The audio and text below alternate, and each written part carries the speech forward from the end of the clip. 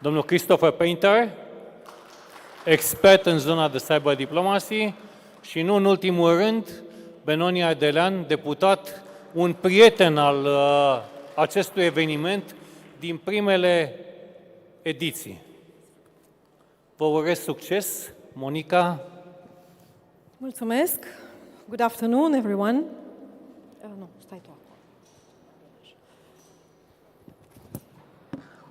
I have today the distinct privilege to introduce and to moderate on a topic that is very dear to our hearts at ECI Bucharest, in the sense that we have been the first in Romania to create a cybersecurity and cyber diplomacy center and pioneered globally with the first International Journal of Cyber Diplomacy in 2020. To reach craftsmanship and then art, a long and strenuous way to go, let us start with the basic questions. What is the cyber diplomacy? What does a cyber diplomacy do? Considering that all of us have to update in the wake of newly integrated emerging technologies, what are the tools that a diplomat needs to add to its skill set in order to tackle challenges in the digital era? To answer all these questions that bear the trend of times, I have the utmost privilege to introduce to you three fantastic panelists today.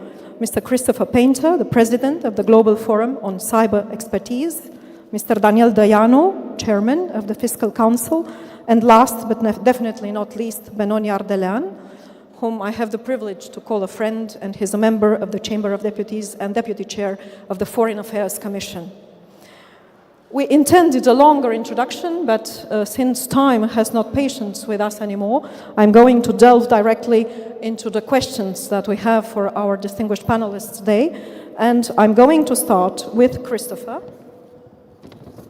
You have seen, sir, over the course of your career, the technical threats in cyberspace posed by state and also non-state actors that have increased in both sophistication and number, and also the potential and actual impact of those threats grow exponentially. Share with us your thoughts on how has cyber diplomacy evolved from a niche issue to a core national security, economic and human rights issue, and also what can we bring at the table as diplomats when other agencies, and I mean interior, defense, and law enforcement, have previously led on cybersecurity issues. Sir, you have the floor. Thanks, and it's great to be here, and my first time in Romania, so happy to be here. And thank you to the organizers. It's been a really interesting program. Carmen and the others have put this together. I think this has been great. Just a few years ago, cyber diplomacy didn't even exist as a field. I created at the U.S. State Department the first dedicated office for cyber diplomacy then in the world, and that was only in 2013, or 2015. So now it's been about 10 years, or 2013, so about 12 years. Now there are about 55 of them around the world. And you have to ask, why is that? And I think it's the point that you made. Technology, and particularly threats to technology, cybersecurity and other threats, affect every part of our lives now. I used to be a prosecutor before I then became a policy guy. And as a prosecutor, I saw these threats somewhat in the early days, some of the early hacker cases, and saw this evolve over time. And at the beginning, people didn't care that much because it didn't affect them personally. Now it affects your privacy, it affects your security, it affects your finances, both for individuals and companies and for nations too. So it's become a really important issue. And recently, I think two things, the war in Ukraine and the big advent of all these ransomware attacks, I think have brought it home to people that this is really a core issue.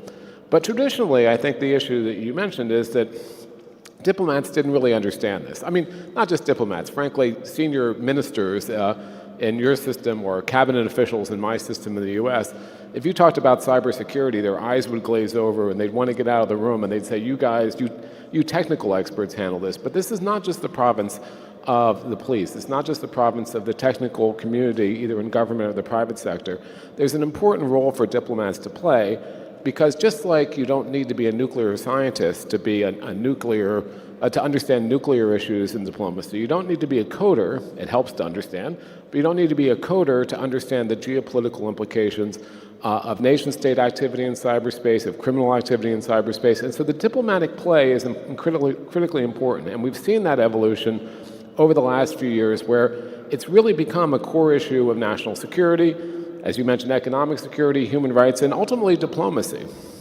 The US issued its first international strategy in cyberspace in 2013, so not that long ago.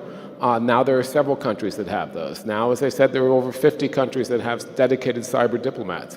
And it's important because those skills that diplomats use, negotiation, building alliances, building coalitions, building like-minded groups to deal with threats, those are all key to battling the threats we see in cyberspace. Thank you very much, Christopher, for a first intervention. I turn now to Professor Dayano with a complementary view on how the European Union and maybe the European Union member states stand in these efforts. And I'm going to create a small commentary before that, because since early 2000, groups of diplomats, private companies, civil society representatives, and non-governmental organizations, together with academics, have convened in a series of different venues, formats, configurations, with the intention to create a consensus-based, a common views on acceptable and unacceptable online activity. It's an elusive set of cybersecurity norms that would ideally enable greater cooperation and coordination across different countries. Moreover, there is the artificial intelligence topic that broadens the agenda extensively. What are our chances to succeed, Professor, faced with all these challenges that we have ahead of us, and how relevant is diplomacy to reach this goal?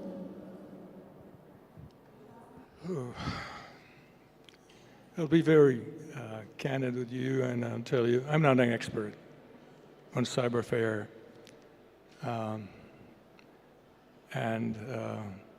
You said our American friend, he has also acknowledged that he's the prosecutor, but he's been forced by the chain of events also to consider cyberfare and cyber threats as a rising national security concern. And I would go beyond cyberfare. Cyberfare is only a portion of the threats posed by artificial intelligence. AI brings enormous benefits, but like the story of Dr. Hyde and Dr. Jekyll, it does incur enormous risks and threats. It can be used by rogue states, by rogue organizations. It can create a lot of havoc in a world which already is, I'm not going to jump into saying that it's turning in an anarchy. And I remember a book written by Robert Kaplan about 20 years ago, in which he said, we're heading toward anarchy in the world. We no longer have a hegemon, an overriding hegemon in the world. And what worries me is that geopolitically the world is getting worse and worse. And because of different major conflicts, including wars, the dialogue can be stymied among the major actors in the world, and I'm referring primarily to the United States and China, although one has to see that there is a dialogue nonetheless. Not necessarily fruitful, but it does take place with officials from both sides visiting.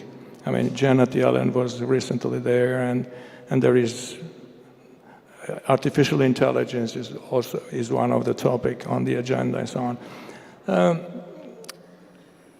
The bottom line is that if in the world we will not be able, I mean the diplomats, not only in the ministries of foreign affairs, but one can be a high-level diplomat as a prime minister. One can be a high-level diplomat as the CEO of one of the main corporations in the world. So if these people are not lucid, they're not forward-looking, they underrate the usefulness of trying to have dialogue, embark on dialogue, then we can be doomed. So this is just an initial remark I have on this topic. So we have to go beyond cyberfare.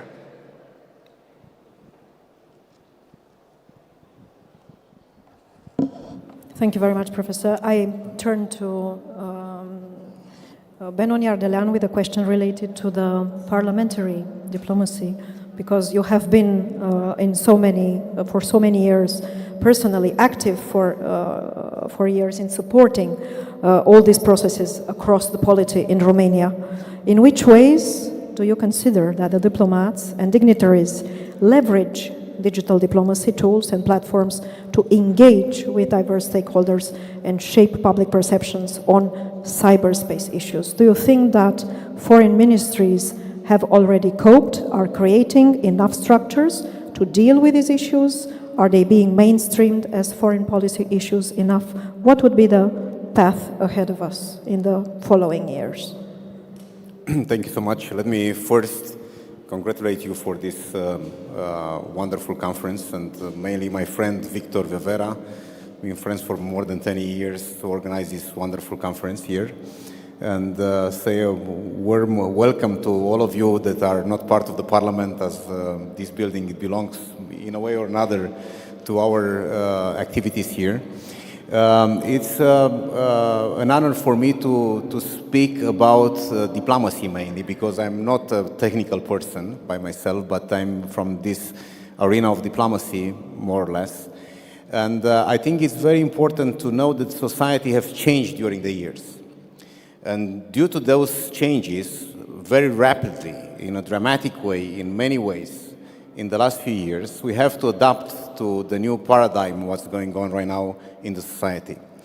So it's a change of paradigm in diplomacy because of the impact of digitalization, of IT, of all the changes in the intelligence arena.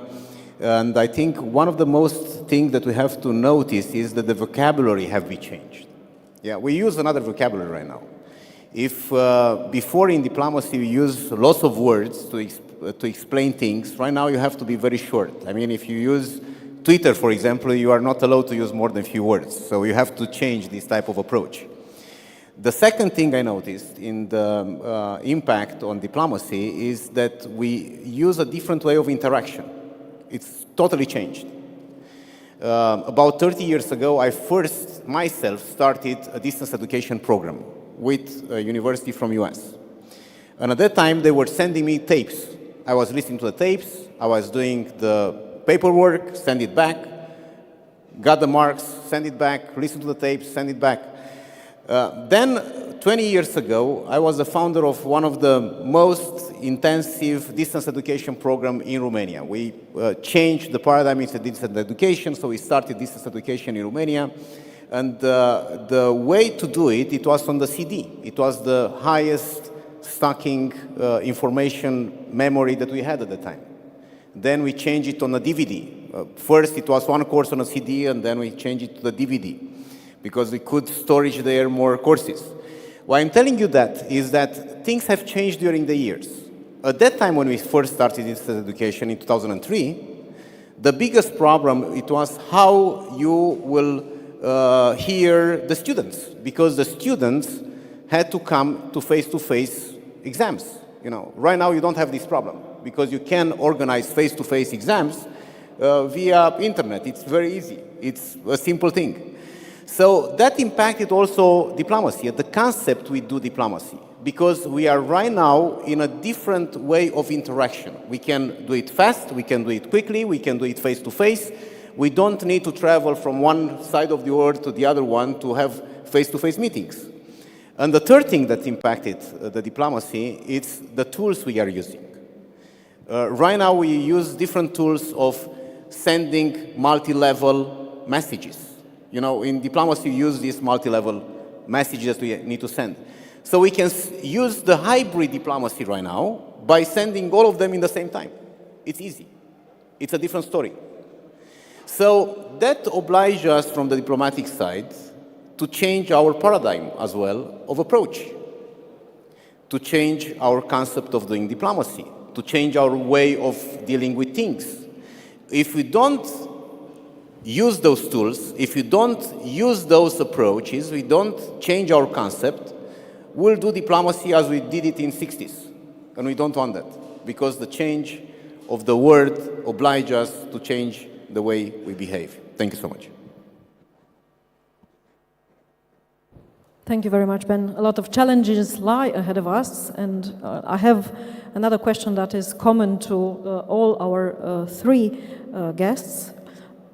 Taking advantage of Chris's presence here, because the American experience is by far the more extended one.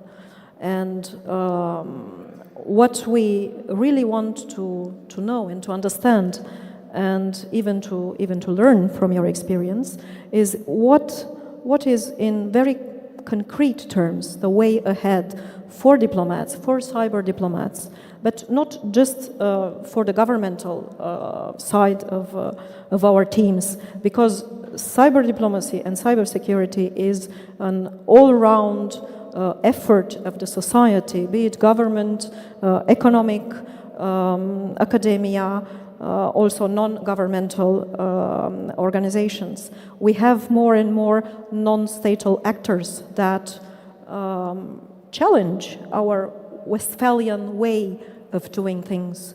How does cyber diplomacy relate and fit into all of this when more and more, and also in geopolitical terms, cyber diplomacy and cyber security becomes one of the core issues of national security interests of all states?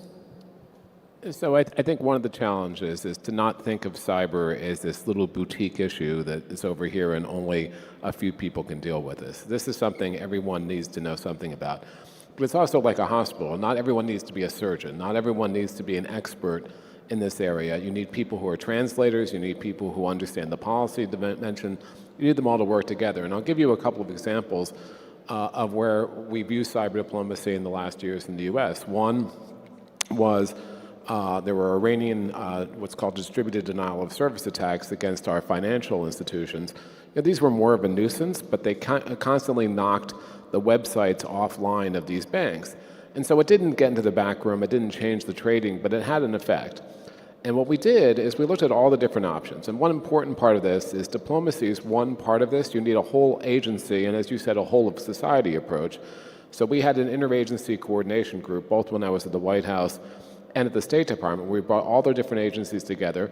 And we met with other governments, too, as all of government dialogues to bring all of these issues together, because that's really important. And we had a multi-stakeholder session where we had private sector, civil society, academia, and others. And that multi-stakeholder approach is really important here because the government doesn't own the infrastructure. But we had these attacks.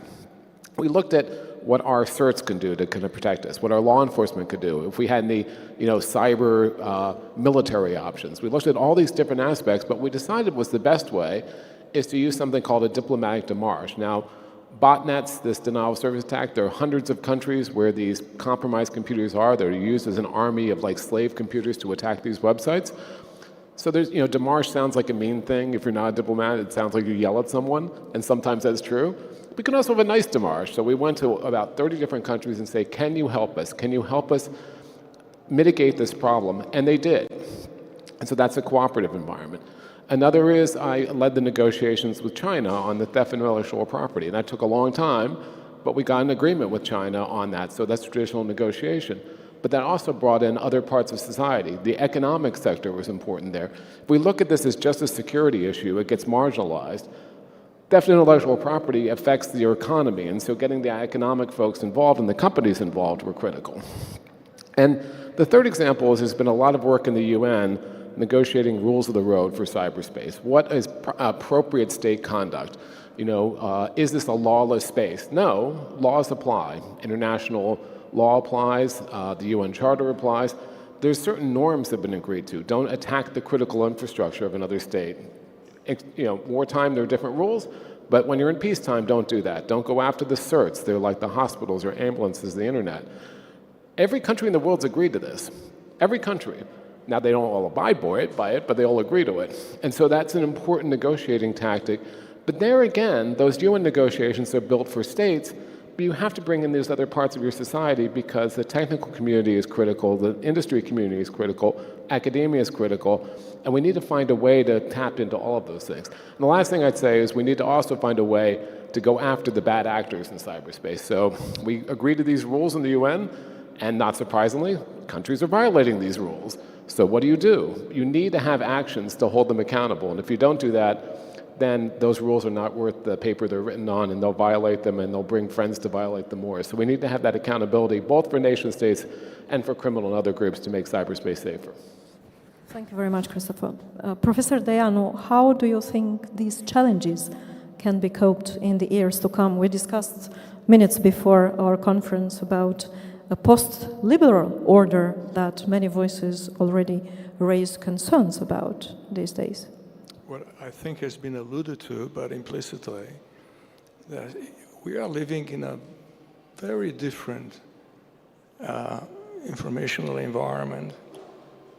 What was the world 40 years ago? Was the internet available? Have we had a social media at that time? There was such an intense flow of information and disinformation. There are so many actors and individuals, by the way. There are individuals in nowadays world who can influence trains of thought and trigger actions more than some states. So governments would rather enlist the support of those who can influence, either through the corporate world. Elon Musk, for example, but he's not the only one. It's not the only one.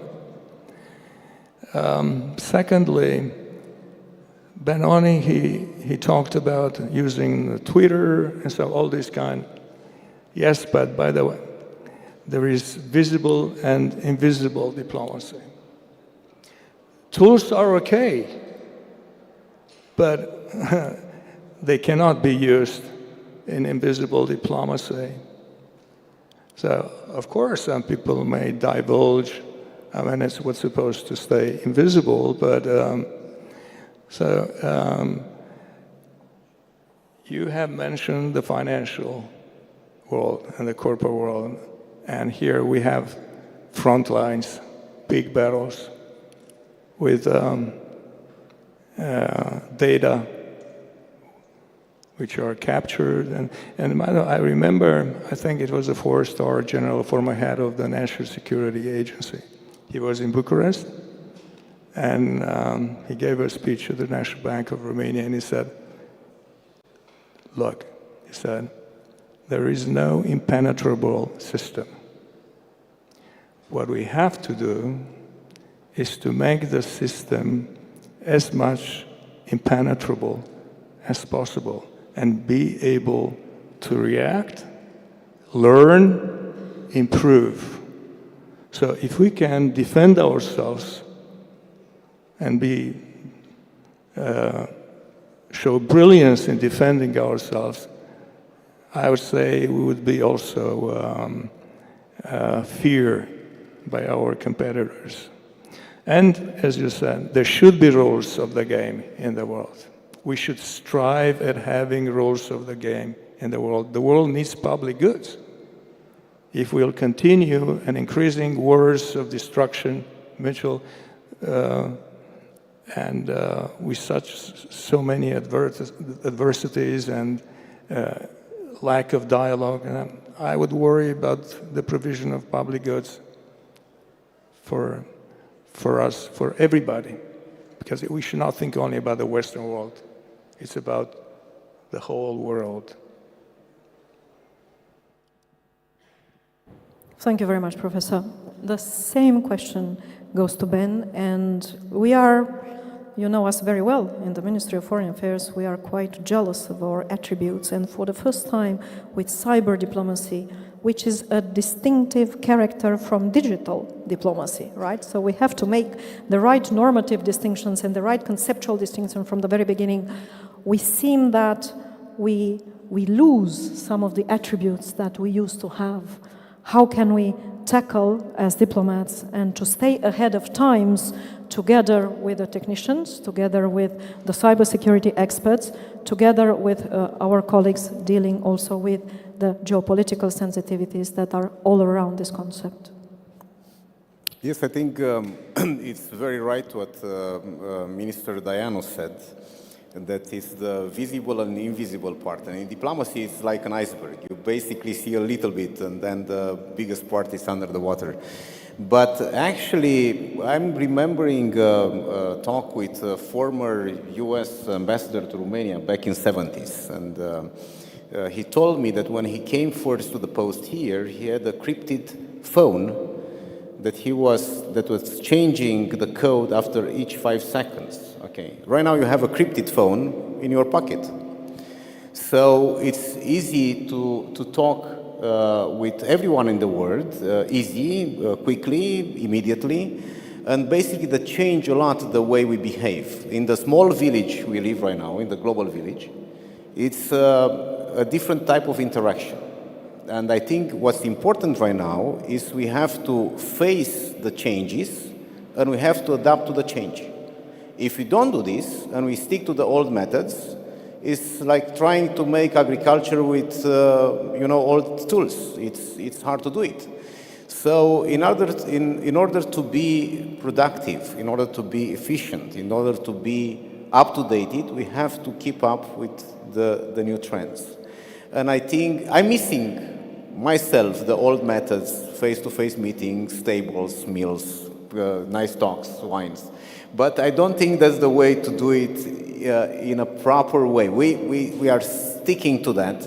And the pandemic time was teaching us something very important, that the interaction is very important. Although during that time it was for myself a negative record, I was not leaving the country for 1.5 years. So I don't want that again. And it's very important for us to meet each other, to see each other, and to interact and find the right solutions. Thank you. Can I just add one thing that as great as digital technology is to communicate and to do all the things we do with it, there is no substitute for that interaction, not just for diplomacy, but generally. A lot of deals are made in diplomacy, both in cyber and normal diplomacy, over a cup of coffee, over a glass of wine in the hallways. And so you can't lose that. We haven't gotten to the point yet where you can have a virtual presence that will replace in-person stuff, and I hope we don't, actually. For the remaining couple of minutes, because at 3 o'clock we have to close this session, I'm turning to our learned audience with invitation to a question or two. Nobody? Don't be shy. We have such a fantastic panel today. You don't have this chance every day, not to mention ears. Yes, please.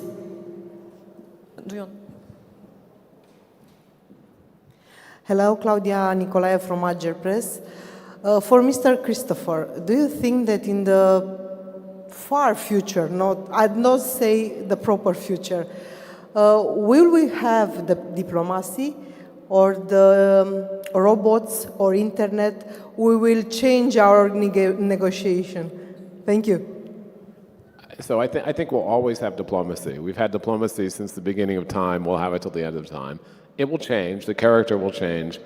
But those tools, those building alliances, those building groups, those communications, even talking to adversaries, having frank conversations, confidence-building measures, early warning systems, hotlines, etc.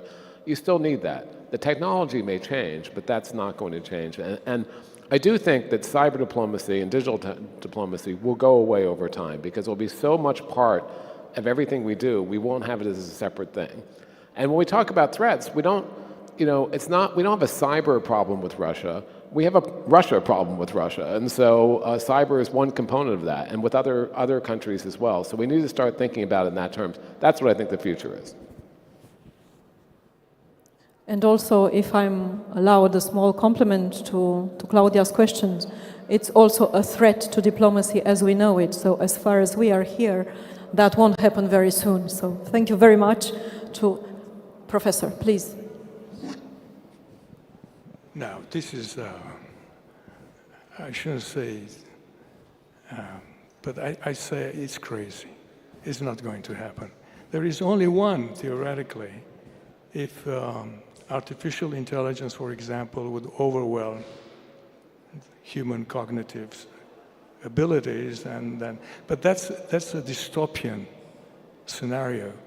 Artificial intelligence will stay as tools, will help diplomats and ministers of all sorts, CEOs, to gather more information, process information better, be speedier in making a decision, but now when to replace the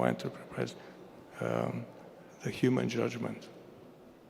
And the human judgment means also to know history, to be also a political scientist, if the need arises, to be surrounded by engineers, by technicians, and so on.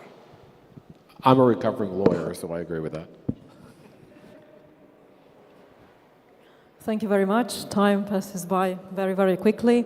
I'm going to close this panel, thanking very much our panelists, exceptional panelists that we have today, and also for our own use.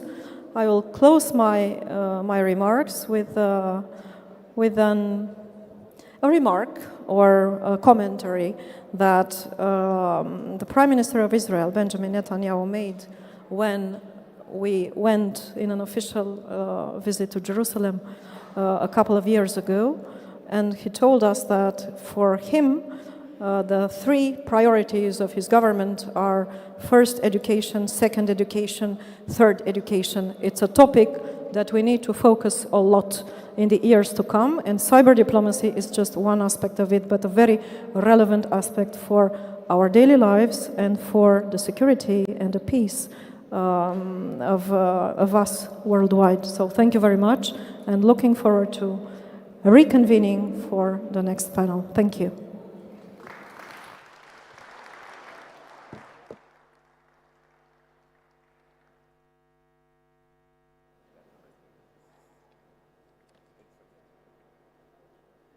Mulțumesc și eu paneliștilor și mulțumesc Monicăi pentru moderare. Următorul panel la care vom trece este Digital Economy, un panel interesant prin însăși titulatură. Așa că o să-l rog pe Danca Bunaru, moderatorul acestui panel, să mi se alăture.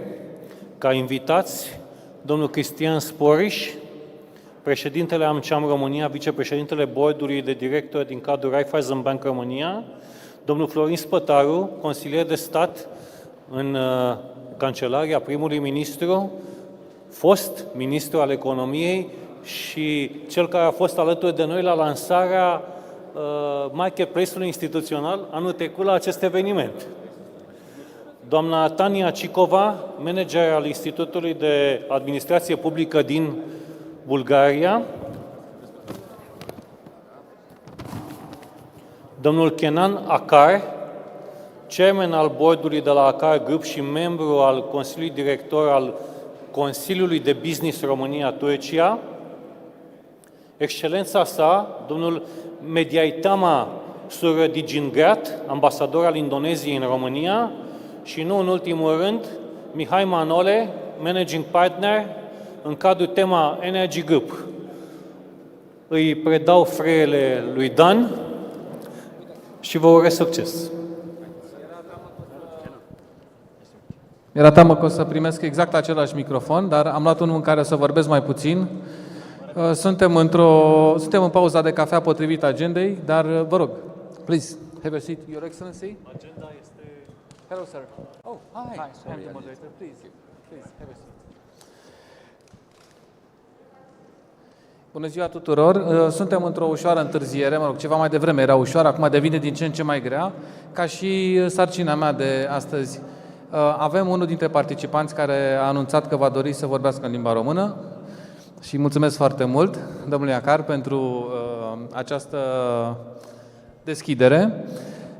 And as earlier we enjoyed a four-panelist format on the art of diplomacy in digital age. Due to the complex topic of the digital economy, we have 6 panelists. We don't have any time any pressure for time because our time is already gone. But I will try to ask you to be quite short, because otherwise the cultural moment prepared by organizers will be very much delayed in the evening. And we still have another 2 panels to happen after us. So the global economy is developing. The experts are estimating that 70% of the new value created over the coming decade will be based on digitally enabled platform business models. And our panelists have a very wide, let's say, angle of expertise, as we have diplomats, ministers, representatives of the government, and business sector, and of course our expert in public administration coming from Bulgaria. Let me tell you just a few things about the panelists. Cristian Sporiș, President of AmCham Romania and Vice President Board of Directors Raiffeisen Bank Romania. Welcome, sir. Florin Marian Spătaru, State Councillor, the Chancellery of the Prime Minister and former Minister of Economy. Nice to see you again, Professor. Mrs. Tania Chikova, Manager, Institute of Public Administration of Bulgaria. Welcome. Mr. Kenan Akar, domnul Kenan Akar, PhD, președintele bordului grupului Akar. Domnia s-a anunțat că va vorbi în limba română, așa că nu veți avea nevoie de traducere pentru cei vorbitori de limba română. Așa vreau să încerc să De asemenea, ne bucurăm că alături de noi se află ambasadorul Indoneziei în România, His Excellency Mediatama Suryo Diningrat. Welcome, sir. We are honored. Și domnul Mihai Manole, Managing Partner Tema Energy. Mulțumim foarte mult pentru că sunteți în acest format. I will open with a common topic for the representatives of the private sector. So I would be very interested to see how do you see Mr. Sporiș, Mr. Manole, Mr. Akar, the innovative approaches and initiatives that the corporations can undertake to promote cyber diplomacy objectives, such as information sharing, capacity building, and advocacy for global cyber security norms and standards. And before letting you enter in this subject, as I don't want anyone to think that I'm so egocentric that I forget to present myself. My name is Dan Cărbunaru, I'm a journalist, and I'm the founder and director of caleeuropeană.ro, also a media partner for this wonderful event, Digital Innovation Summit, and I do congratulate Mr. Vevera and his team for his dedication, his effort, and all the setup that it's allowing us to debate on such an important topic. I will start with you, President. You are representing a very active structure of business sector, engaging dialogue both with the government, public institutions, but also private sector. So your opinion is highly valuable, please. Thank you very much, Dan, for the invitation. Also, Victor, it's great to be here. Yes, I'm except of my normal position as a member of the board of directors of a large bank in Romania. I'm also the president of AmCham, one of the largest business organization in Romania, and one of the main topics also in the AmCham is also digitalization. We do have a large committee in the AmCham which is addressing, is discussing, it's advocating with the policymaker what shall be done, how shall be done. We are trying to bring know-how from other jurisdictions, US or Western Europe, towards Romania in order to not reinvent the wheel, to try to be faster in whatever, to catch up faster. It was a discussion about convergence. Convergence is done not only economically, but also in terms of practices. As in the MCM, there are the most larger companies in Romania, not only US companies, but also French or Italian, German, and so on and so forth, in different sectors, 32 sectors. But one of the biggest part is the IT part, the IT sector. And here, of course, the corporation, the large ones, are having a very important role of bringing the know-how in the community. As MCM, we do have multinational companies, large locals, SME, and also professional services. So what we are trying to do also in the community, in the constituency, is to share the know-how and the way the practices in terms of digital part on one hand, on the other hand, the cybersecurity. Why is that? Because digital, it's a wave which is here for a couple of years. It's a trend which is exponential. Each and every month, something else is developed in terms of applications, in terms of the way things are being done. But with this big, chances, those possibilities brought in by the digital part, there are coming also the threats. And here, of course, it's important that corporates, the large companies, are trying to share with the industry peers, but not only with that, with their customers, be it individuals or SMEs, their partners, which are the best practices, the best way that we would protect ourselves. And here it's coming this, what you've asked about cyber diplomacy. Cyber diplomacy means cooperating at the level of the ecosystem of each and every large corporate with their partners, with their stakeholders, in order to promote the best practices. And one of the most important thing is building up trust. So digital world will not progress unless the ones which are involved in it, as customers, as individuals, partners, policymakers, are not creating a trust environment whereby the data which are gathered in the digital interaction are kept safe, and they are not, those databases are not penetrated by, different entities which might use this data in a not unfriendly way. And here, it's important also for the SME. I just wanted to try to be as short as possible. It's also important, no one can progress or no one can be good enough to have a very good cybersecurity. So unless we are not working together, it will be difficult to have a trust environment and an environment which is protected and resilient. Thank you, President Sporish. Indeed, trust is the key word in a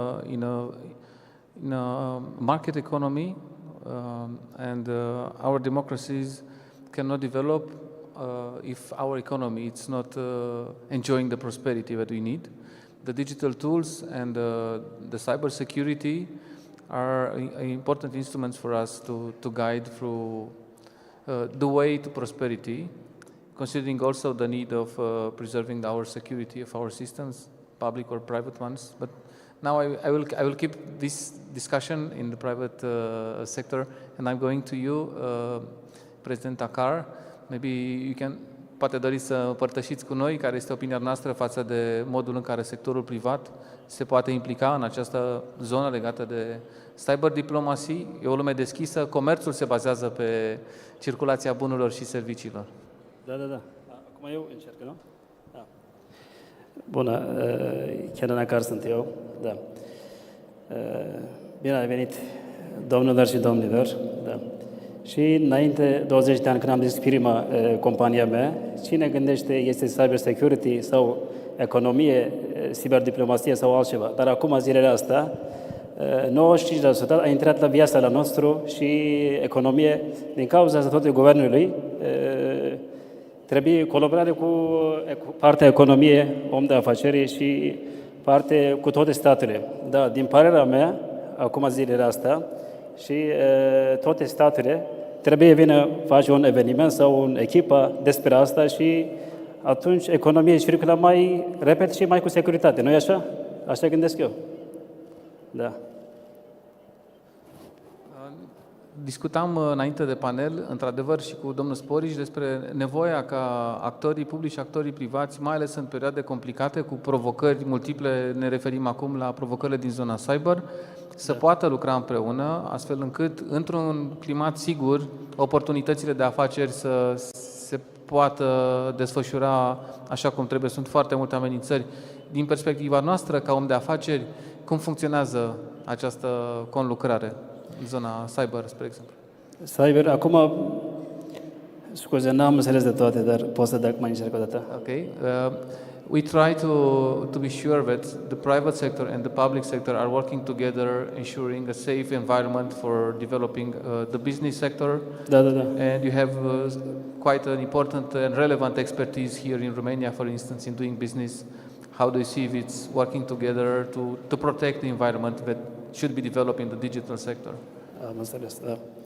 Și primul, când noi ai început înainte, are multe hârtiile, adică nu are niciun calculator, niciun digitalizație și acum, zilele astea, și economia circulă foarte repede și din cauza trebuie securitate.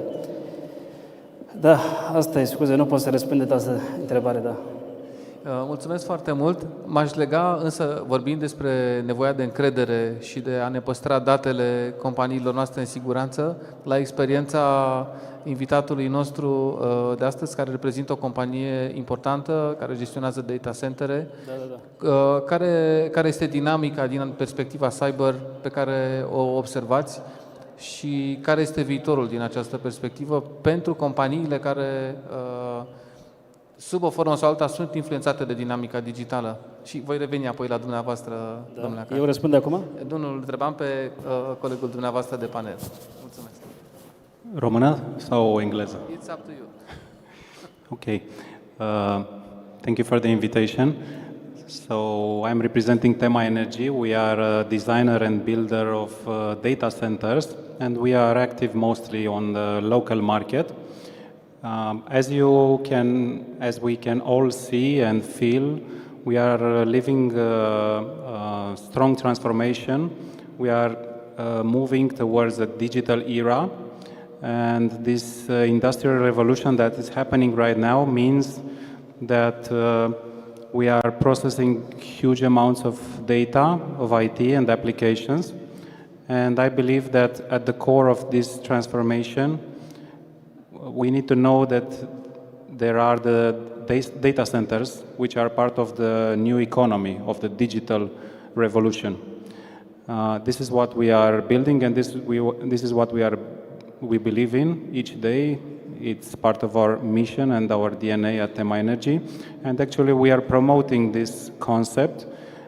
We are not promoting this just to build data centers. We are fostering this concept of safe and resilient data centers, because Romania has the opportunity to become a regional hub of IT, of digital competencies and data center infrastructure in all this southeastern part of Europe.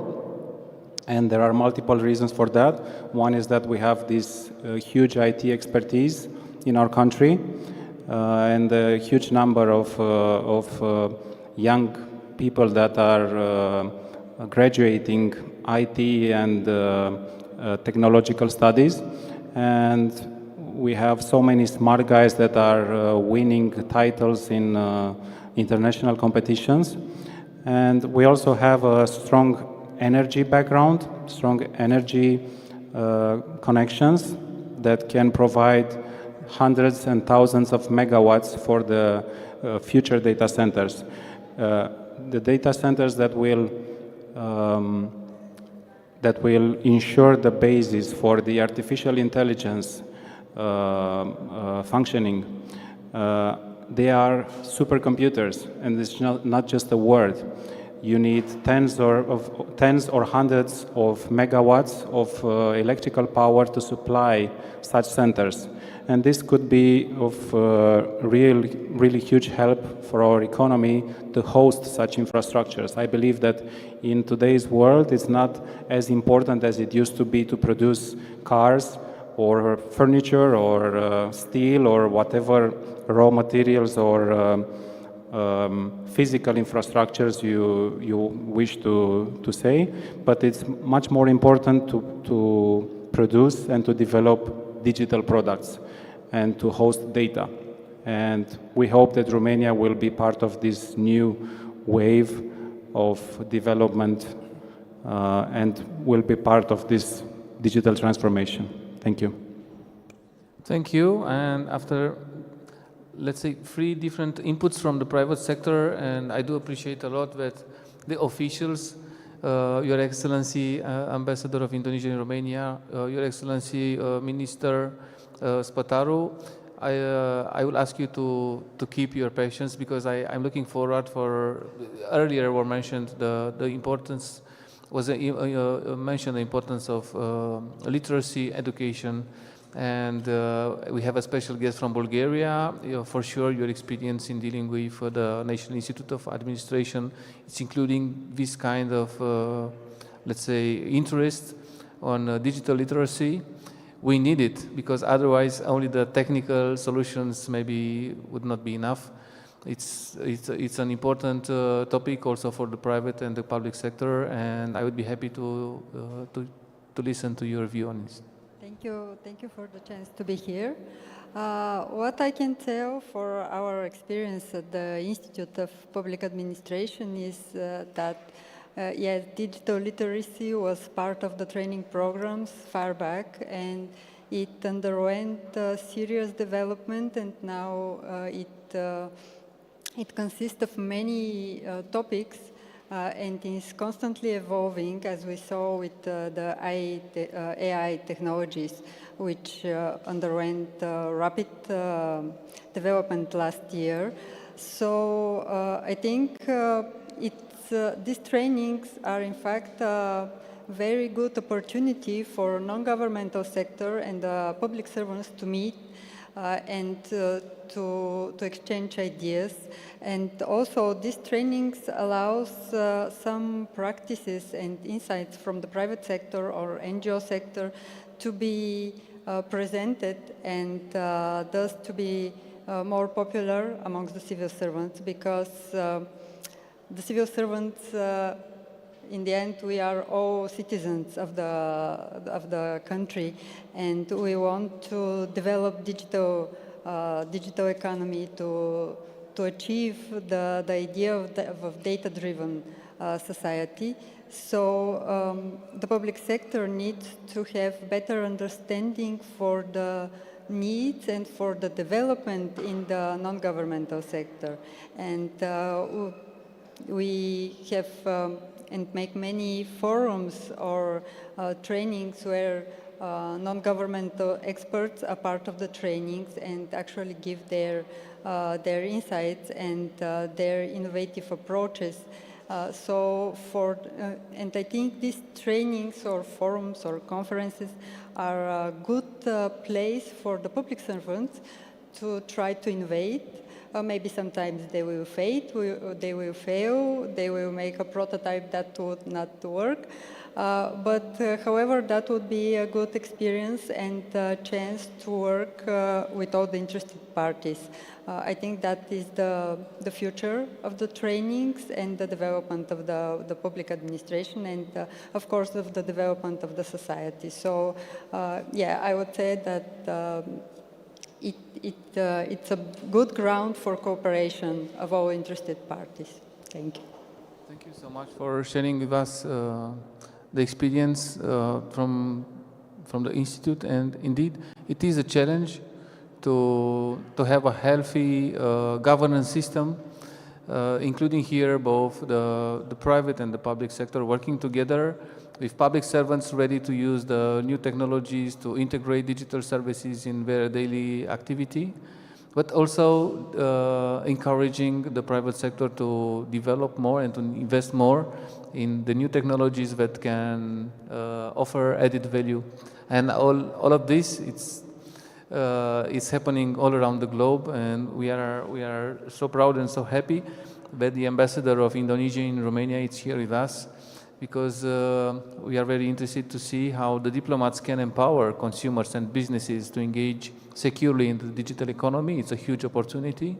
I quoted earlier the evaluation of the experts, 70% of the added value that is produced in the next years, it's gonna be connected with the digital sector. So we can enjoy this process, not only to be afraid of the risks, but still the role of the diplomats in engaging the dialogue all around the world, it's essential. How do you see this process? Thank you. So the question is on SMEs, business. And, yeah, all right. For sure, yeah. First of all, thank you for the opportunity. It's a pleasure to be here and represent the Indonesian embassy and the Indonesian government. I apologize if my comments are more related to government. First of all, I think the problem that we have at the moment is that there is no unified, legally binding governance on emerging technologies, such as AI. There are many, many versions of it. It is evolving. In Bucharest in 2022, there was the ITTU one. UNESCO has one. The European Union has one. But at the moment, there is no unifying, legally binding governance on emerging technologies. Now, when you talk about business and governance in relation to the cyberspace, for the Indonesian government, the digital economy is about enabling local markets, not disabling them. You have to remember that we have more than 64 million micro, small, and medium enterprises. Hence, what we have done is we have tried to create certain local standards, norms, and practices which prevent predatory pricings, monopolies, inhibit the influx of sub-quality goods, consumer protection, and data security. We have a set and a network of laws which was implemented last year, which, among other things, requires anything that is sold online must conform to certain standards of quality, just as you have in the EU. But what's interesting is we do not allow foreign goods below $100 to be sold online to Indonesia. And number two is any company online which has a transaction which has more than 1,000 transactions in 1 year must set up a local office. Now, I underline, this is not trying to disable the digital economy.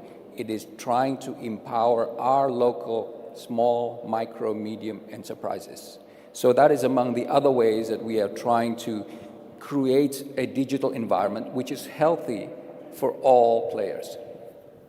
Yeah, it's a very interesting view, encouraging the local economy to use the new tools, but also protecting the local markets. It's interesting, and how it's working. I will give you an example which happened at the end of last year. Let me just get you know TikTok. Yeah. And TikTok has TikTok Shop. TikTok Shop opened in Indonesia in 2021, and it now has 126 million followers. There are 6 million followers on TikTok Shop in Indonesia. Last year, we banned TikTok Shop. Why? Because in our rules and regulations, social media is only for advertising. You cannot use social media as a form of transactions. Transactions must be done based on the local digital economic e-platforms. Hence, TikTok was closed down. And they have been forced since this year, and probably open in March or April, to engage with local e-platforms for transactions. So once again, one of the laws is social media is not for transactions. It is for advertisement. So that is one case example. Thank you for sharing with us this example. And it's making it easier to switch to the governmental Romanian one, this time approach in terms of enhancing the cybersecurity and activity of small and medium enterprises in cyberspace. And as I personally had the chance to see in action Mr. Spătaru, also as a minister, not only as a special advisor on economics for the Romanian Prime Minister, I would be happy to see his view. Thank you, Dan, and congratulations to ICEI and Mr. Vevera for organizing this Digital Innovation Summit, which is very important by putting all the stakeholders together and getting a lot of ideas coming from such a summit. Because innovation with the digital content, it's an innovation in itself. How do we see this? I learned from the previous panel and from this panel that there are some keywords which we have to take care of. One is the stakeholder approach, which the colleague from the United States was mentioning, and the second word was trust, which Christian was putting together. And this goes hand in hand with the digital economy. Romania is developing the digital economy, but on the other hand, the digital economy goes beyond, let's say, its borders as just a transaction in itself. It goes with the financial education, it goes with the development of the economy, it goes with the policies of the governments where, let's say, we are enabling these type of things. And it also goes with the customer protection. How the customer is protected from, let's say, exposure and creating an even a level playing field for all the actors in the digital economy. And for that reason, we have initiated in the government a memorandum by putting all the stakeholders together, by talking about the digital economy, because everybody is having its own interest. And if you ask the government, what is the interest of the government? Of course, is to create a level playing field, but on the other hand, to create a proper taxation system for this digital economy, which might be a threat for the business, but it is also an opportunity. Because by creating a proper taxation system and giving the possibility to all the players to go in the, let's say, to have a fair competition on the digital market, then you make sure that the SMEs, let's say, and all the other enterprises, they have the same opportunity to go further. This is what we did. I hope that within a couple of weeks, we will get all the approvals for the other ministries, and as we did for climate change, for other important topics, we are also going to do for the digital economy.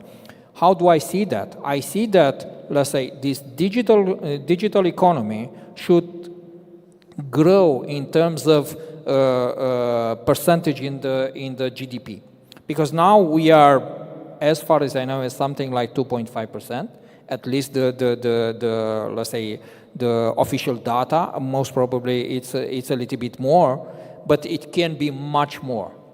And for that, you also need something which is, let's say, very close to my heart, is by developing the other economic sector, which are the enablers of the digital economy. And that goes with the communication, that goes with the energy, as you have mentioned before, because you need more energy for data storage, for keeping that.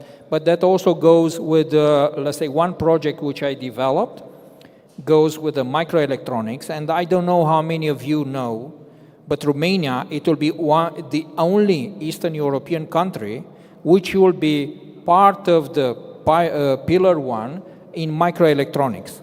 So we are going to develop, together with the other research institutes, the semiconductors, the chips, the small ones, less than 2 nanometers, and we will create the critical infrastructure for that. And there is one more aspect which I would like to add, because I have seen also, let's say, some comments related to the globalization of the digital economy. In that respect, I have initiated as a minister, and for sure I'm going to follow it, how to create the screening possibility in such a way that this fairness in the digital economy is assured. And that is something which the Romanian government is going to develop by creating instruments and getting a sort of proof and trust to the players who are going to come on the Romanian market and the single market of Europe, that in Romania you will not be misused in this digital economy, and that would be, let's say, another task which we are going to have. Thank you so much, Minister. As I already announced, we started our panel in the time of the coffee break, and it's already finished, the coffee break and almost our panel. And I would like to make the job much easier when I had to deal with to my colleague who is gonna be in charge with the next panel. I cannot do this if I don't stop it. And we are 3 minutes to go, but giving an example for our next colleagues, because for the last ones it's impossible, I propose to give applause to the panelists and for their interventions. Yeah. That was my checking if the audience was following us. So for sure, during the coffee break, not this one, I'm afraid that instead of coffee break, we will have the new panel, because Cristian Sporiș, Florin Spătaru, His Excellency Ambassador of Indonesia, Mr. Akar, Mr. Manole, and Mrs. Chikova, and we will leave, and we will let Director Vevera to take the lead for changing to the next panel. Thank you once again. It's been an honor.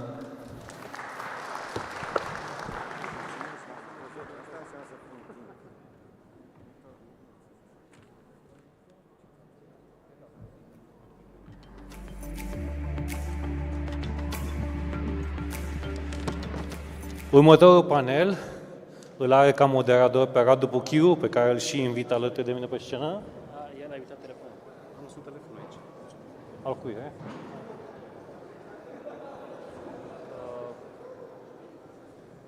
Dați un telefon, ia și întreabă pe al cui e.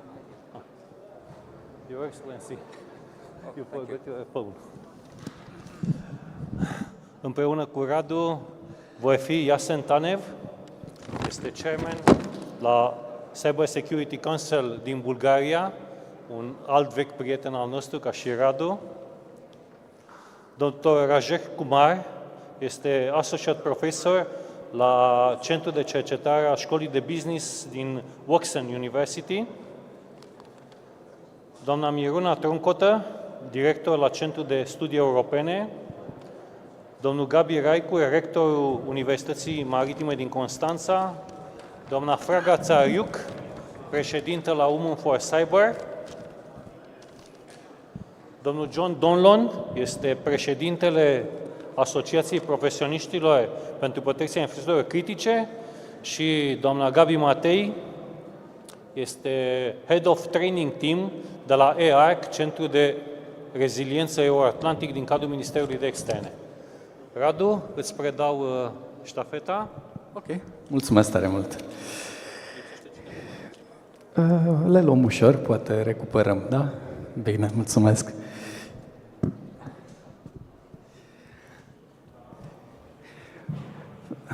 Thank you. I didn't have the chance to salute all of you, but welcome to Charting the Digital Landscape, AI and Beyond. AI and Beyond in Modern Governance panel. We explore today the dynamic intersection between technology and governance with a focus on internet governance, of course. Together with our distinguished panels, we'll delve into the integration of emerging technologies, AI, of course, examining for their potential to enhance democratic processes and improve the efficiency of public administration, fostering citizen empowerment and representative, responsive governance. We have quite a little time for such a vast topic, but I count on our panelists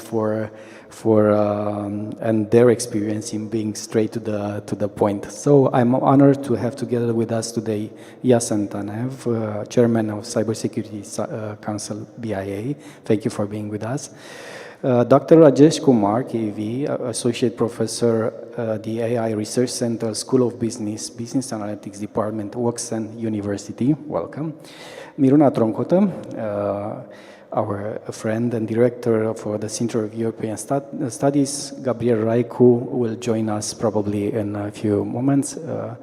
Fraga Țariuc, President Women for Cyber Romania, John Donlon, Chairman of Critical Infrastructure Protection Association, welcome Mr. Donlon, and Gabriela Matei, an old friend, of course, Head of Training Team, Euro-Atlantic Resilience Center.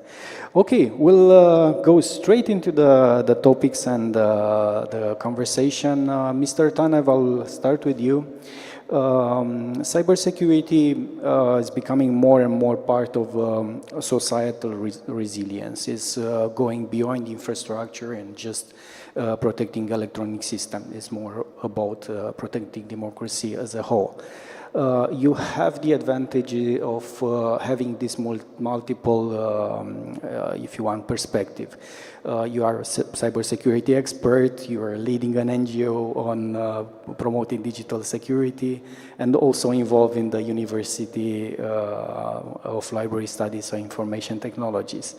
Are the new technology, including AI, helping us positively influence the democratic process?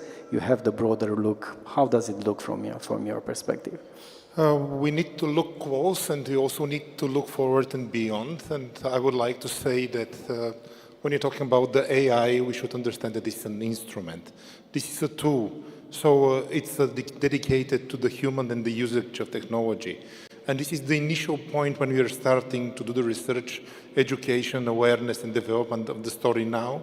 So I will go up with the story that Tanya Chikova was mentioning here for the participation in a common project with the government. So this is what we're doing with the Institute of Public Administration.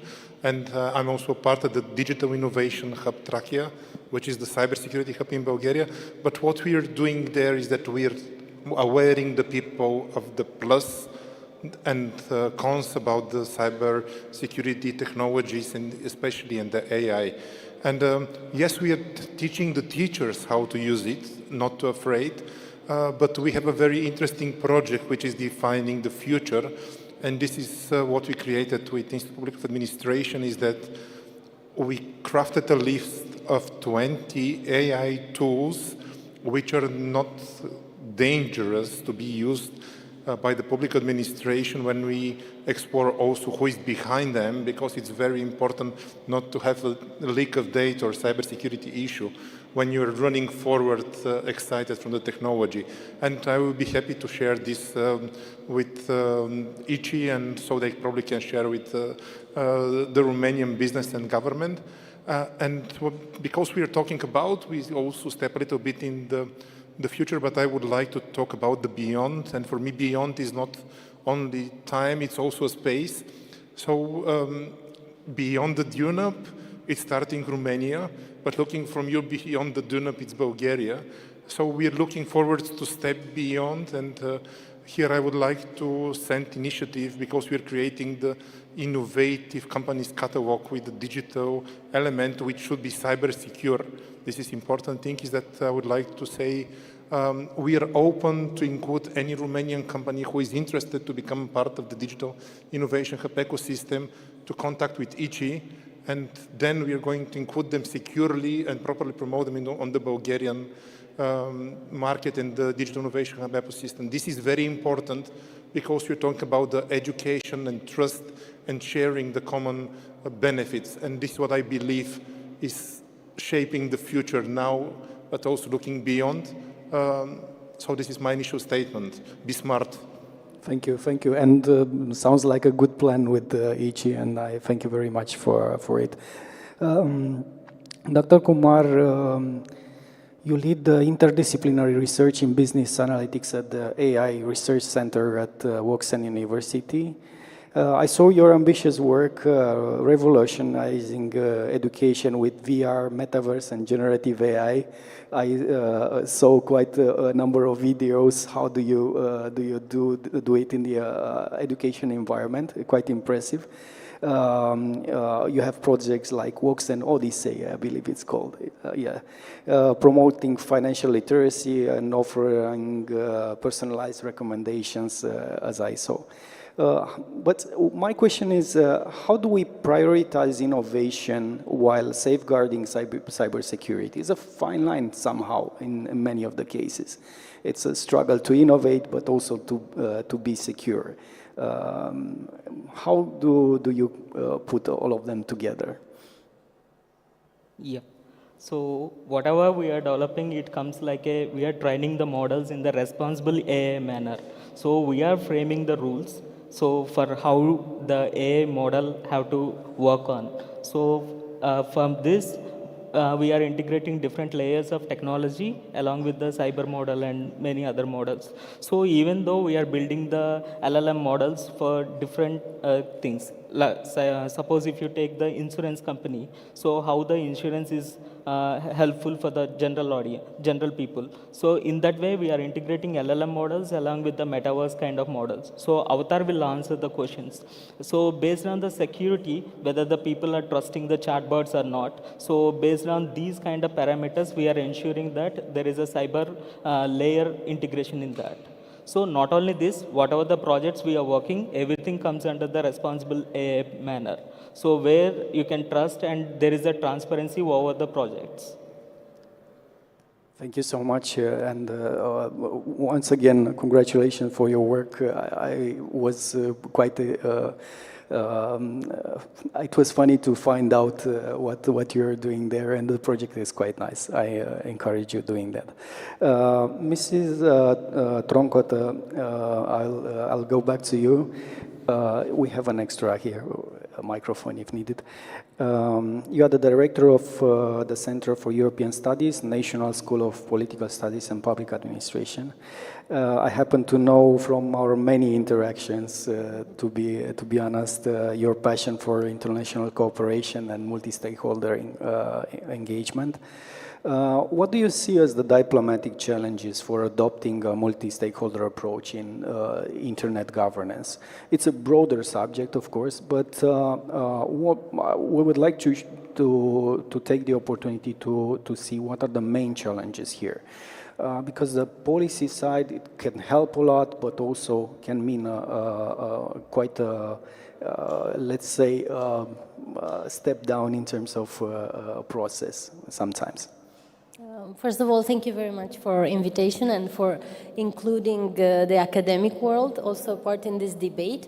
I am a foreign policy expert, but on the other hand, I am teaching in our innovative master program in the University of CNSPA, National University of Political Science, where we have a master on security and technology.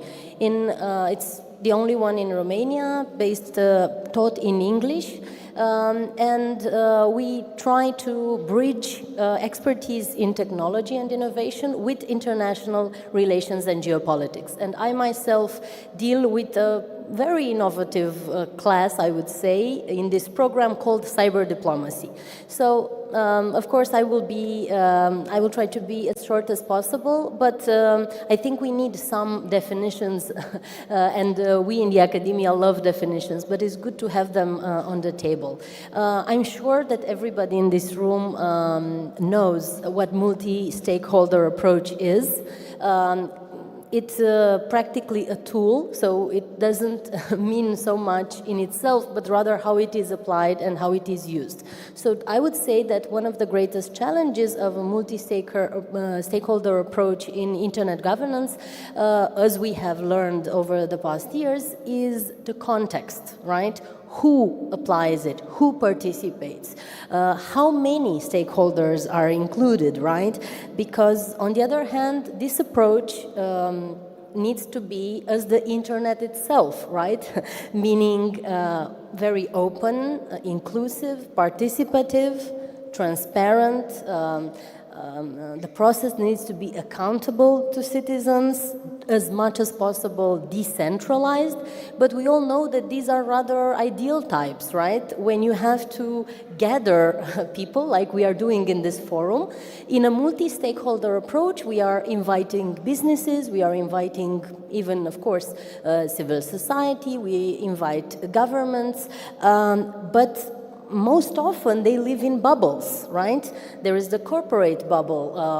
In the IT sector, it has its own, let's say, almost language, its own rules.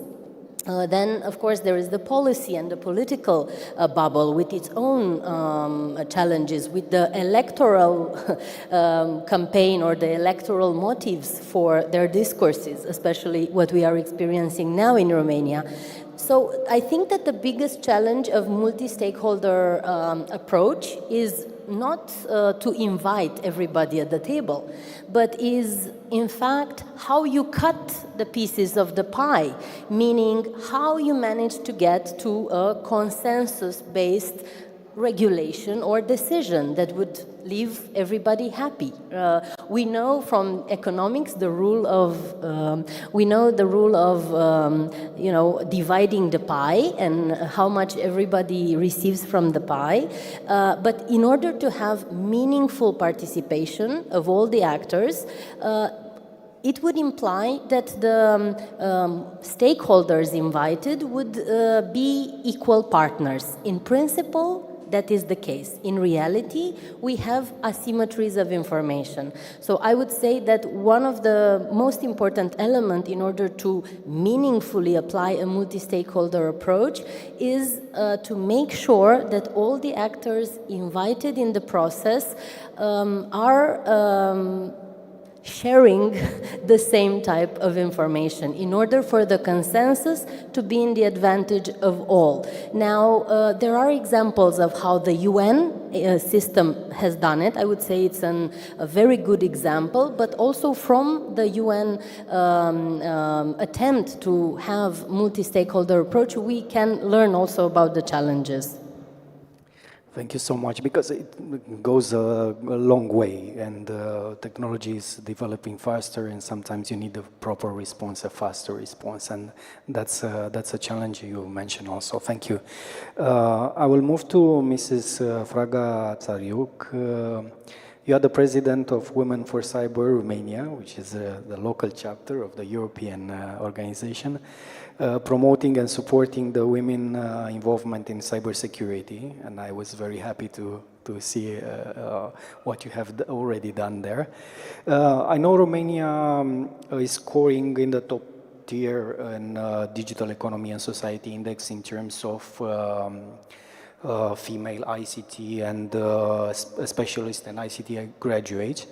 Does this apply to cybersecurity? What are the challenges here? I notice also the scoreboard at the European level that Romania is not doing very well, but let me hear it from you. How are the females in cybersecurity? Thank you for the invitation. It's a great honor to be here with all of you. And as you can see, we are kind of half and half women and half men at this panel. So it's a great opportunity for us to promote the women in cybersecurity. As a local chapter, the Romanian chapter of Women for Cyber Foundation, we are in charge of promoting the women in this field. There are a lot of challenges, starting with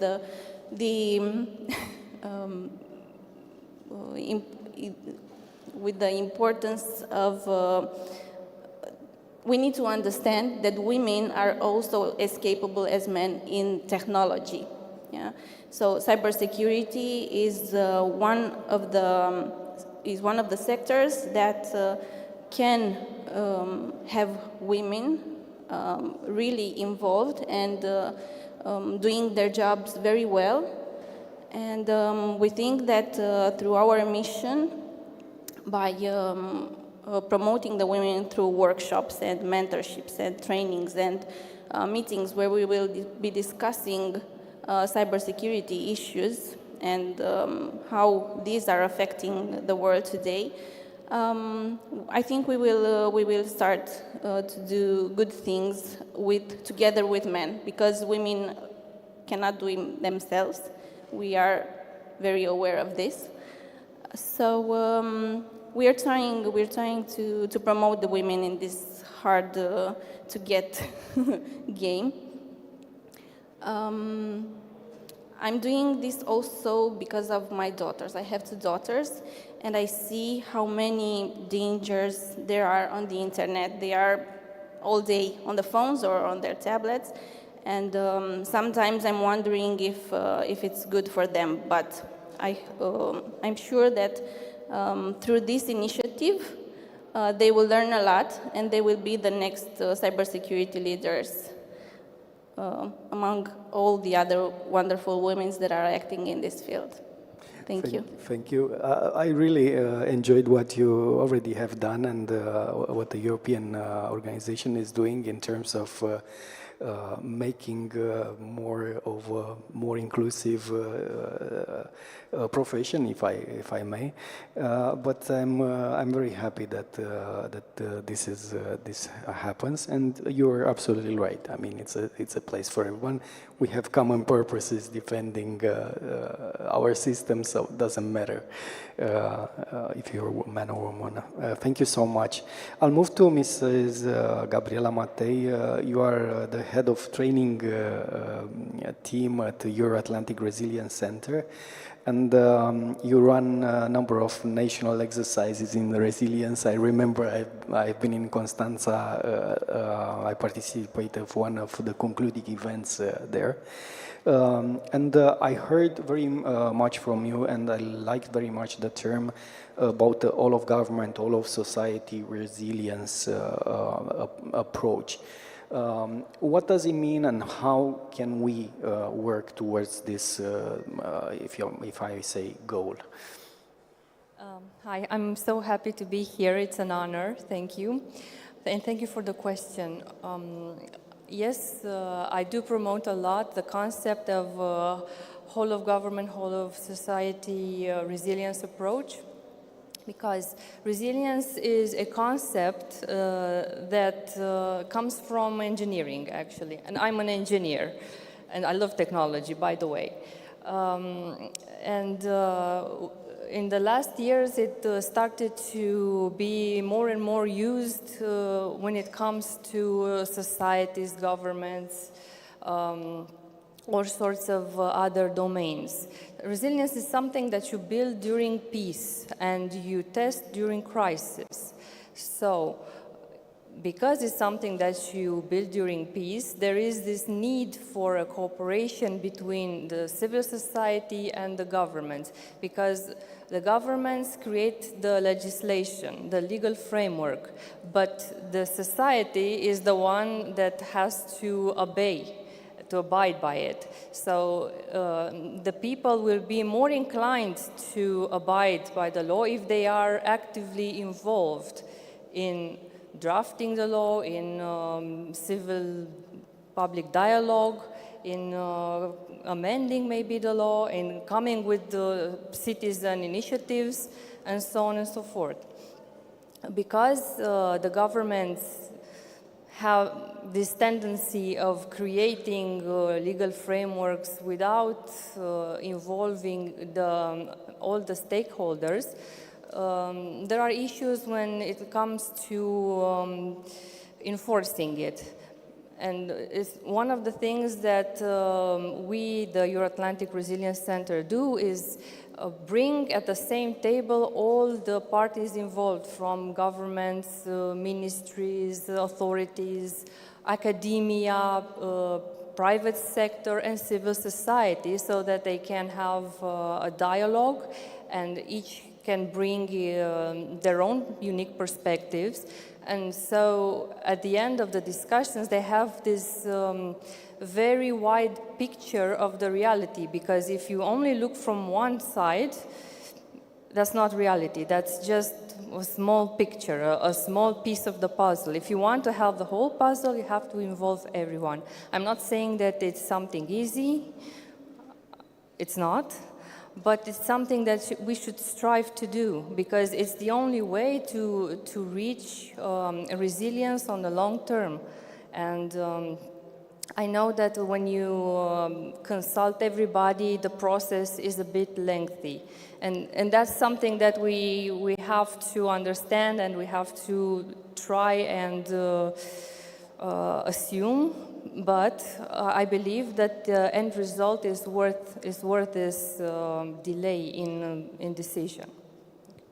Thank you so much, and thank you for all of your brief answers. I will move to Mr. Donlon right now, and I'll leave you the last one just because I have to personally thank you for being with us. You have an impressive experience, more than 40 years in policing and security, and also being a recognized figure of the counterterrorism efforts. You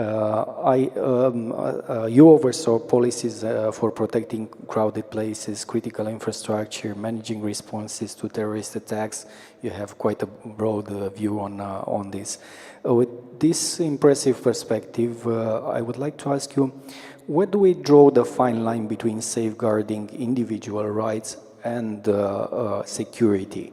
Because sometimes, especially in the public field, and I saw the new AI Act, for example, that sets quite a number of limits to this technology, to these new technologies. How do we keep the balance between them? Because as citizens, we want to feel safe, but in the same times, we would like to be our data to be protected and so on. What is the right balance here? Thank you so much. Well, thank you for that kind introduction. I have got 40 years in police and security, but I started when I was only 7. I was very young. That normally gets a laugh, but maybe not. It's the interpretation. I think there's a byline for me which talks about progress with protection. We have to make progress because we know that information, new technology, does create a big threat to our societies. And unless we stay ahead of the game, then we're going to find ourselves in a difficult position. We spoke about multi-stakeholder governance before, and I think we have an issue in terms of where we bring together public and private partnerships, academia, NGOs. We seem to have a power imbalance. It's nearly always the government or the government agencies or the law enforcement agencies that seek to take the higher ground and to drive the agendas. And as my colleague said earlier, unless everybody around the table has a part to play, unless there is transparency, and importantly, unless there is trust, then we're never ever going to move forward in terms of balancing that progress with protection. Individual rights is a big, big issue in terms of AI, machine learning, new algorithms, data collection, everything that we need to build our societies and to make sure our global security, our global economy is all protected. But we have to do that in an ethical way and make sure that individual rights, family rights, human rights are protected. It's a very difficult issue to manage, but I think if we work on the lines that we have to progress to make ourselves safe, but we have to make sure that protection is at the central tenet of that way forward, then we find a balance. Thank you so much, because I want to thank you all once again for your different perspectives, and I somehow put my questions around bringing this individual perspective. But since we have the time, and once again I thank you for your brief answers, I would like to go for each one of you. Also, from your perspective, what are the big challenges that you see ahead? The big now challenge. What is the next action that you recommend to each people in this room to consider when it comes to cybersecurity on one hand, protecting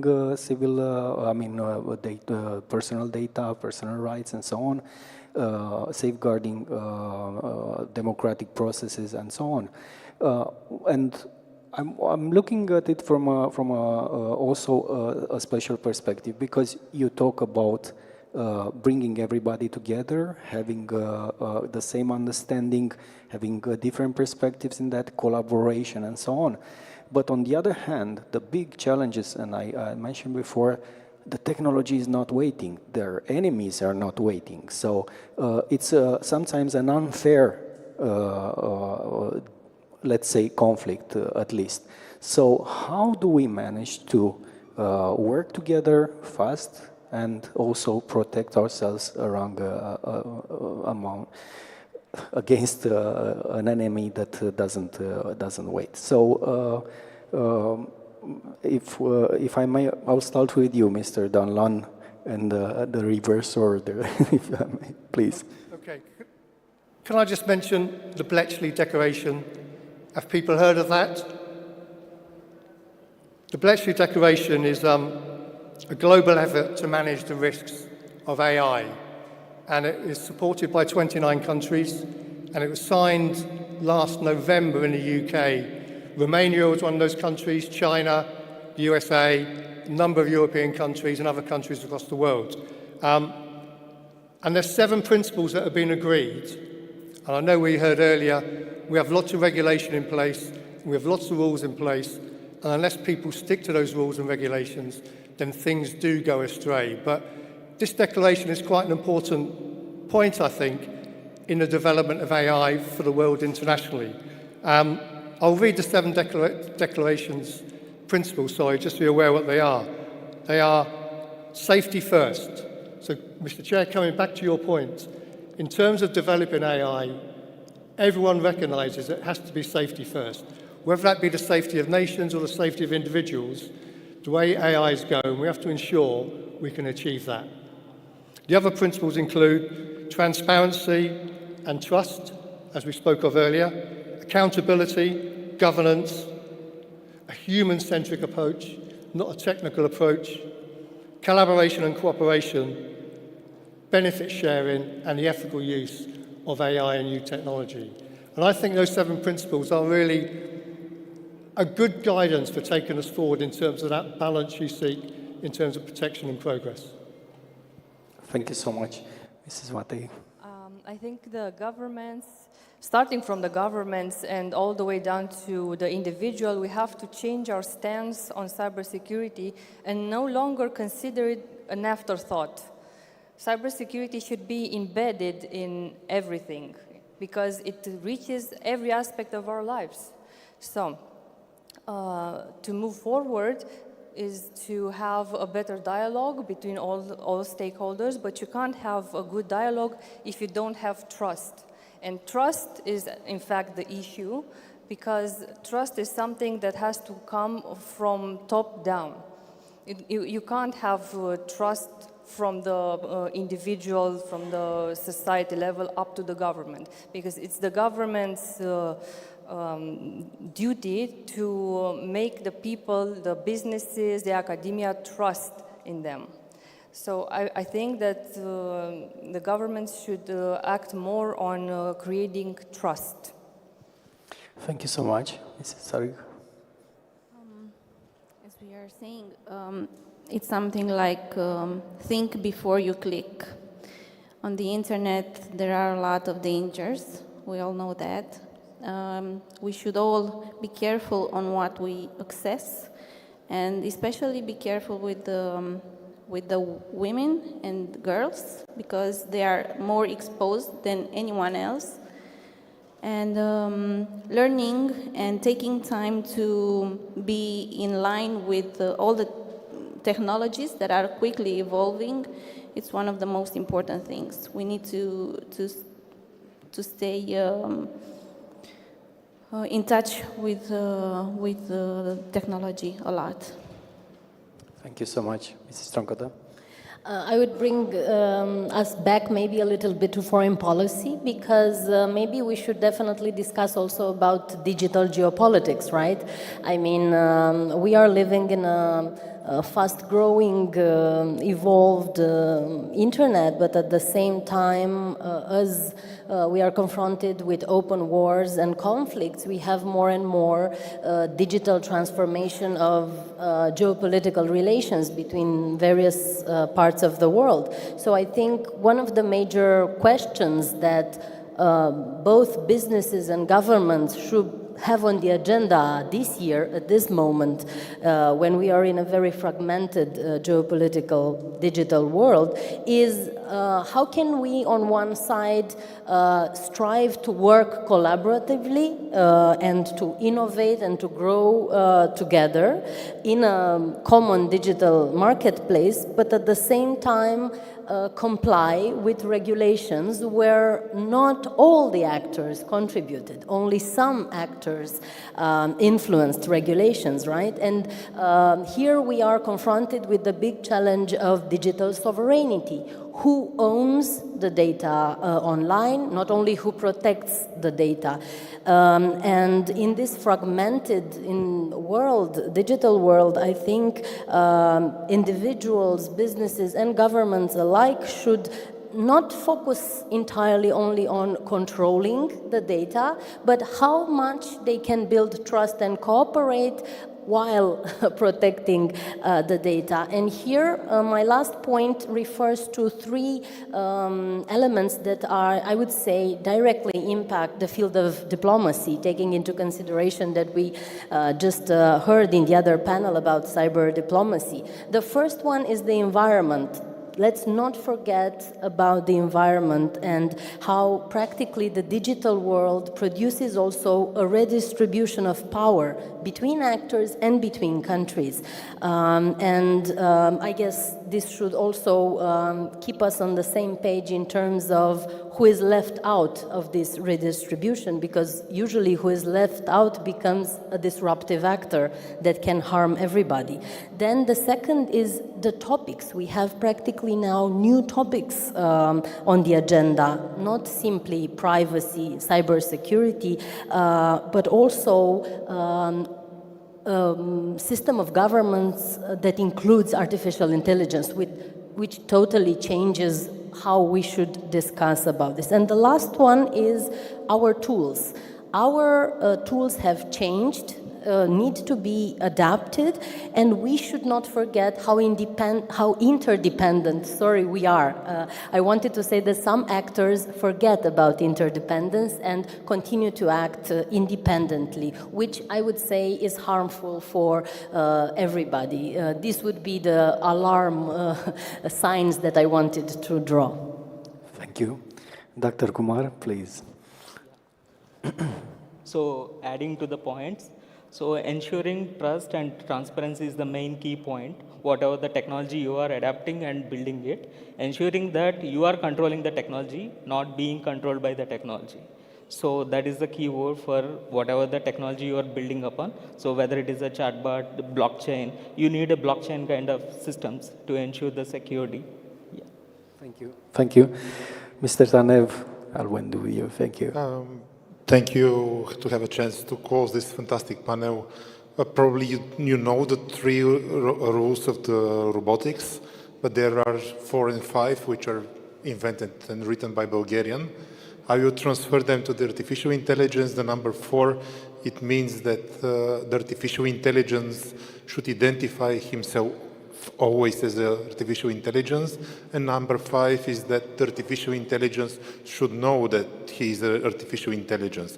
So these two on top rows are very important, and I'm going to stand on them. And for final words, I would like to say cybersecurity is the human-centric, the artificial intelligence is human-driven, and I'm addressing to you, believe in the humanity, because probably this is the biggest threat if we lost our belief in humans. There was one more threat, which is the meteorite coming from the deep space, but forget about it. Thank you. And we just reached our countdown to 00. So thank you so much for making it in time and having such a wonderful conversation. In your applause, I would like to thank all of the panelists here and thank for the intervention. Thank you so much.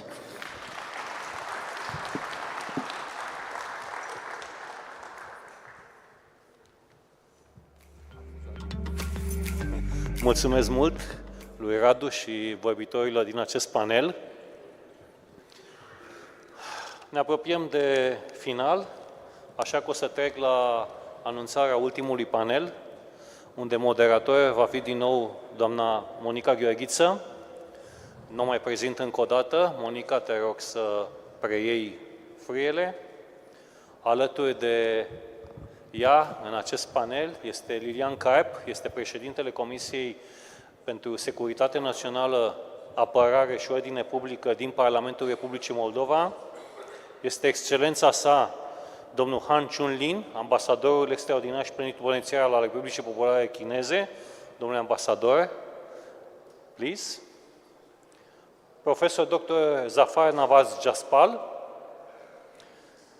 din Islamabad, profesor și director al Școlii Politice de Relații Internaționale. Domnul Radu Rizoiu este partener la Rizoiu și Poenari. Am fost parteneri într-un panel de curând exact pe teme care se apropie de discuția de astăzi, așa că sunt convins că va aduce plus valoare în acest moment. Domnul Cătălin Andruș, directorul Colegiului de Afaceri Interne și un specialist pe zona aceasta. Și nu în ultimul rând, Andrei Nachi, Senior Project Officer, Cybercrime Program Office la Consiliul Europei. Vă urez succes, Monica.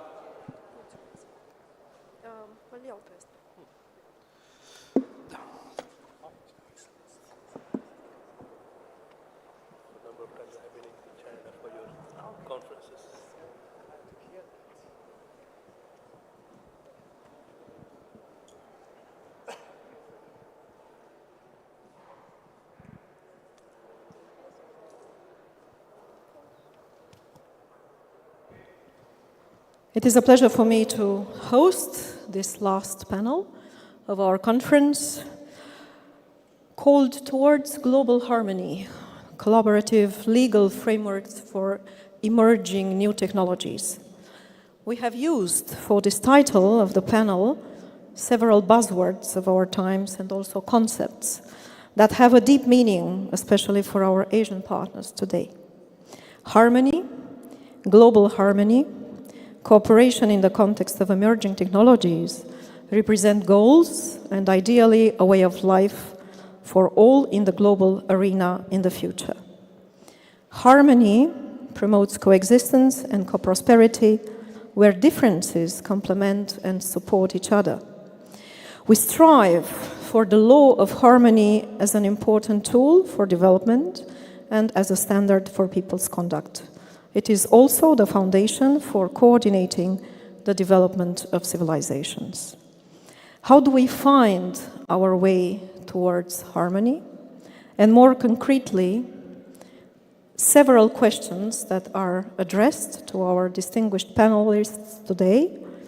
What role for the diplomatic channels to promote the adoption of international agreements and treaties aimed at enhancing cybersecurity and protecting critical infrastructure? How can diplomatic missions work with technology companies, with civil society organizations to promote responsible behavior and ethical standards in the digital realm? And also, how diplomatic efforts can promote ethical and innovative technological development across different jurisdictions? And if so, how would that how would they accomplish that? I am happy to introduce further, as Victor mentioned at the beginning of our panel, an array of high-level panelists that cover an impressive spectrum of roles vital for the path towards harmony in the global arena for the years to come. Lilian Karp, our Chairman, National Security, Defense and Public Order Commission from the Parliament of the Republic of Moldova. His Excellency, Mr. Han Chunlin, his Ambassador Extraordinary and Plenipotentiary of the People's Republic of China. I would like to say more about each of our panelists because it is important for us to understand the bigger picture. His Excellency, Ambassador Han, is a Master of Laws. He has an extensive experience in the diplomatic arena, both in the Chinese missions abroad and in the economic diplomacy as a dignitary of the Chinese state in the MOFCOM, that is the Ministry of Commerce. So, welcome, Ambassador. 大家好，欢迎光临. We have also Professor Zafar Nawaz Jaspal. He is the director and professor, the School of Politics and International Relations, Quaid-e-Azam University of Islamabad. Professor Zafar is a respected academic, also affiliated with the Hong Kong Research Center for Asian Studies, an expert in Pakistan's national security, nuclear proliferation and terrorism, with numerous publications and media contributions globally. We also have Mr. Radu Rizoiu, partner at Rizoiu Poenaru SCA, a renowned law firm with many years of practice that believe in law not as an end in itself, but as a tool for shaping what is needed and an instrument for a given purpose.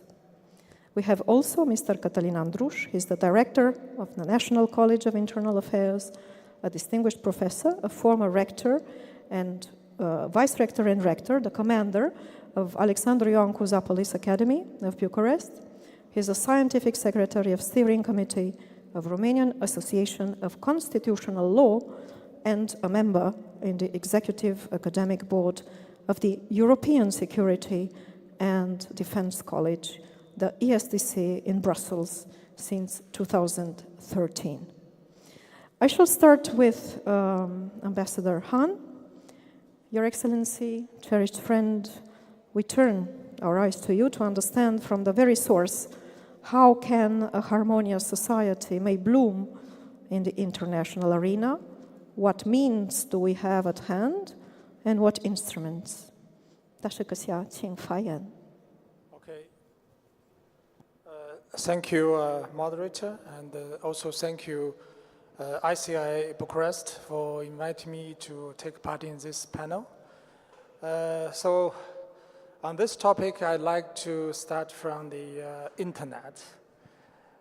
Internet is important human achievement and also a symbol of our great, and also the symbol of the arrival of information age. As a new period of technological revolution and industrial transformation accelerates, the internet has turned the world into a global community, actually into a global village. That means that the future and also the destiny of each country, each nation, and each person are bounded together. So it's a responsibility of, of the international community to work together to develop and use to manage the internet well and make it beneficial to the humankind. So as China gained full access to the internet, China has always been committed to development and also governance of the internet. We have made great achievements in the internet development. So the millions and the hundreds of millions of people gained benefit from the development of the technology. So at the same time, also the governments, for the governance of the internet is facing many prominent problems.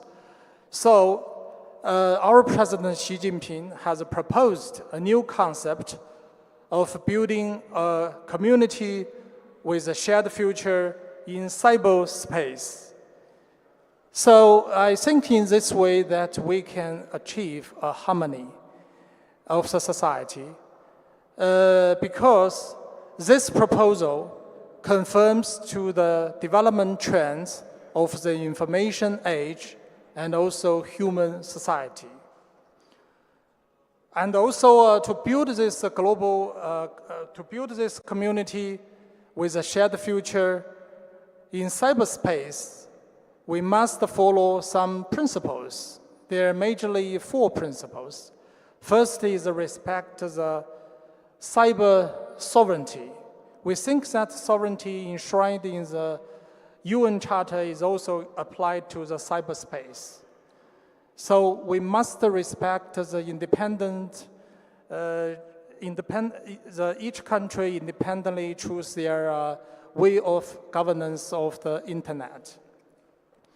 This is the first principle. The second principle is to safeguard peace and security. The third principle is promoting openness and cooperation. The first one is to maintain good order because the freedom is guaranteed by the order, and the purpose of the order is to achieve the freedom.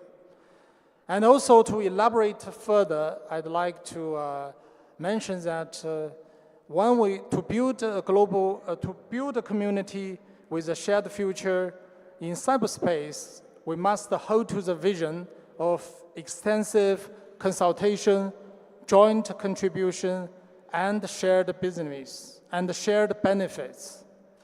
To build a community with a shared future, we must first build a community of development. Because of the development of the internet, there's imbalances in this world because of the technological advancement and also because the internet penetration and also information infrastructure and so on. So there's imbalances in this world. So we must work together to make up for this gap between the development to different countries. Second is to build a community of security. Security is a prerequisite for development. A peaceful and secure and stable and prosperous cyberspace is of great significance for human development. So we must work together to achieve this secure environment in this cyberspace. Third is we must to build a community of responsibility. I mentioned that because of the internet to make the people interconnected with each other, so it is the responsibility of each, not only governments, but also international organizations and the communities and companies and the individuals and academics to work together to achieve the governance of this cyberspace. So last one is to build a community of the shared interests. That means the dividend of the development of the internet must be shared by each country on equal footing. So that's our proposal for achieve the harmonious society and the harmonious cyberspace through building a community with a shared future in cyberspace. Thank you very much. Thank you very much, Your Excellency. The concept of harmony in the Chinese society, as we know it is 天下大同, is very complex, and it will have a growing role in the years to come to shape the global arena, not only in cybersecurity, but in all the other areas related to international relations in general.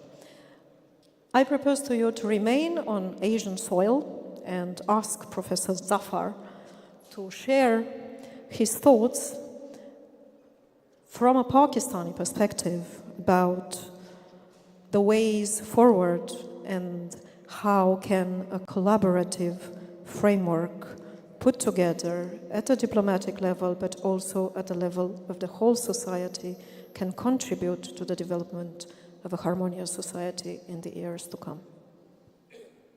Thank you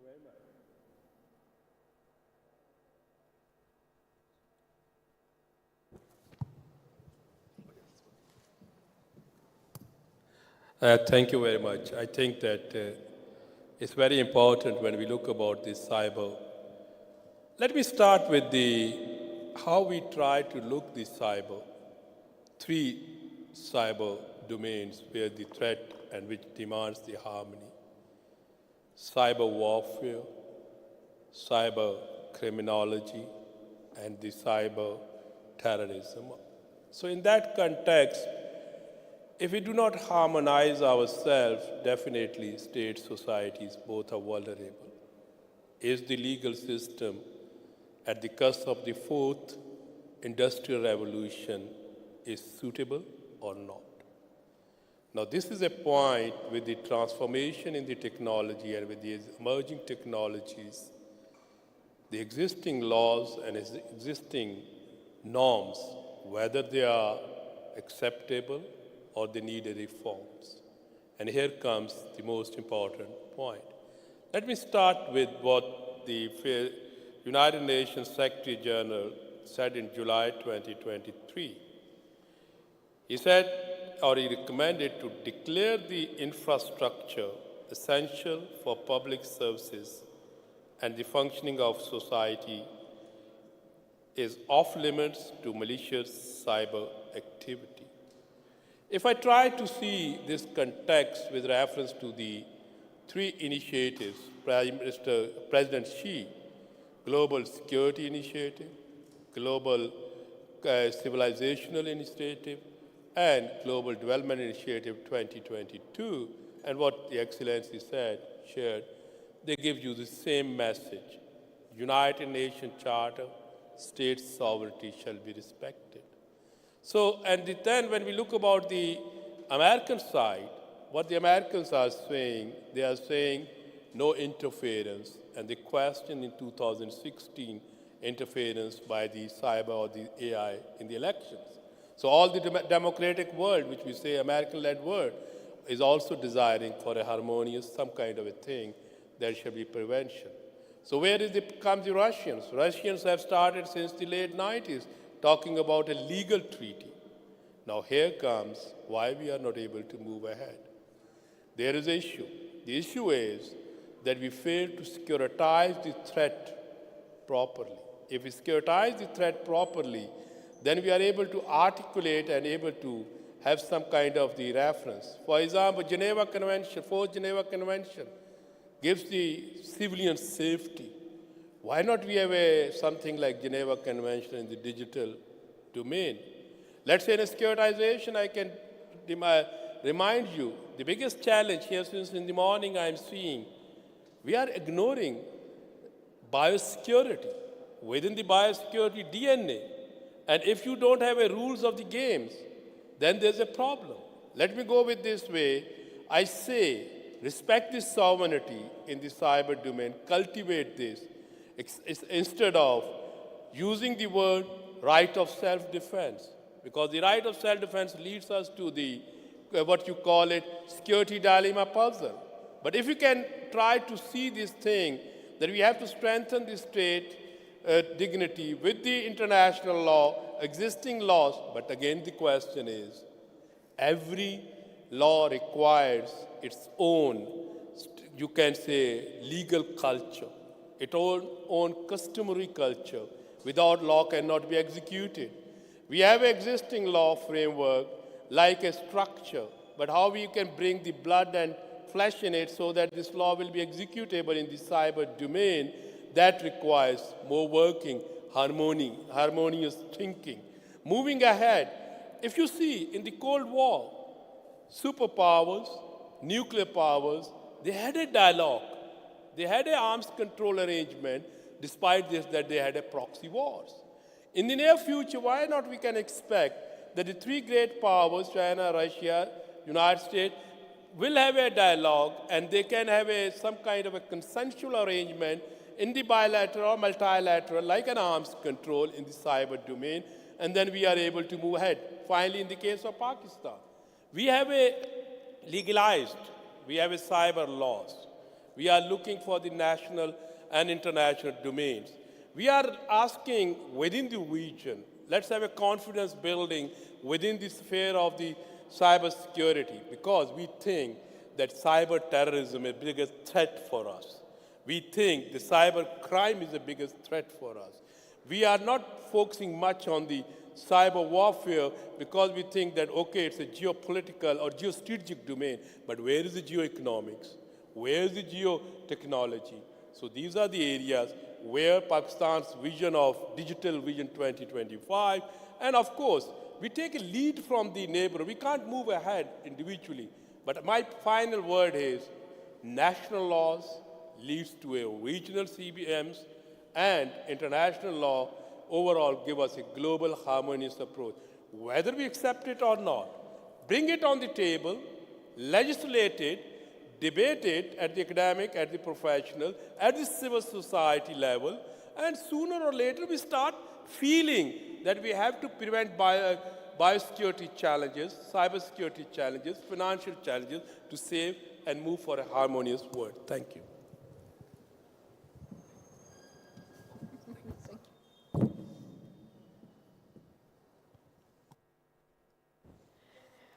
Thank you very much, Professor Zafar, for a refreshing view from the Pakistani academia on the topic. We return now on the European continent and ask His Excellency the Chairman Lilian Karp to share with us his thoughts on this topic and how we can, in a very sensitive geopolitical context, to keep our wisdom and to keep our cooperation spirit for us to be able to continue to deliver the global public goods. Chairman Karp, you have the floor.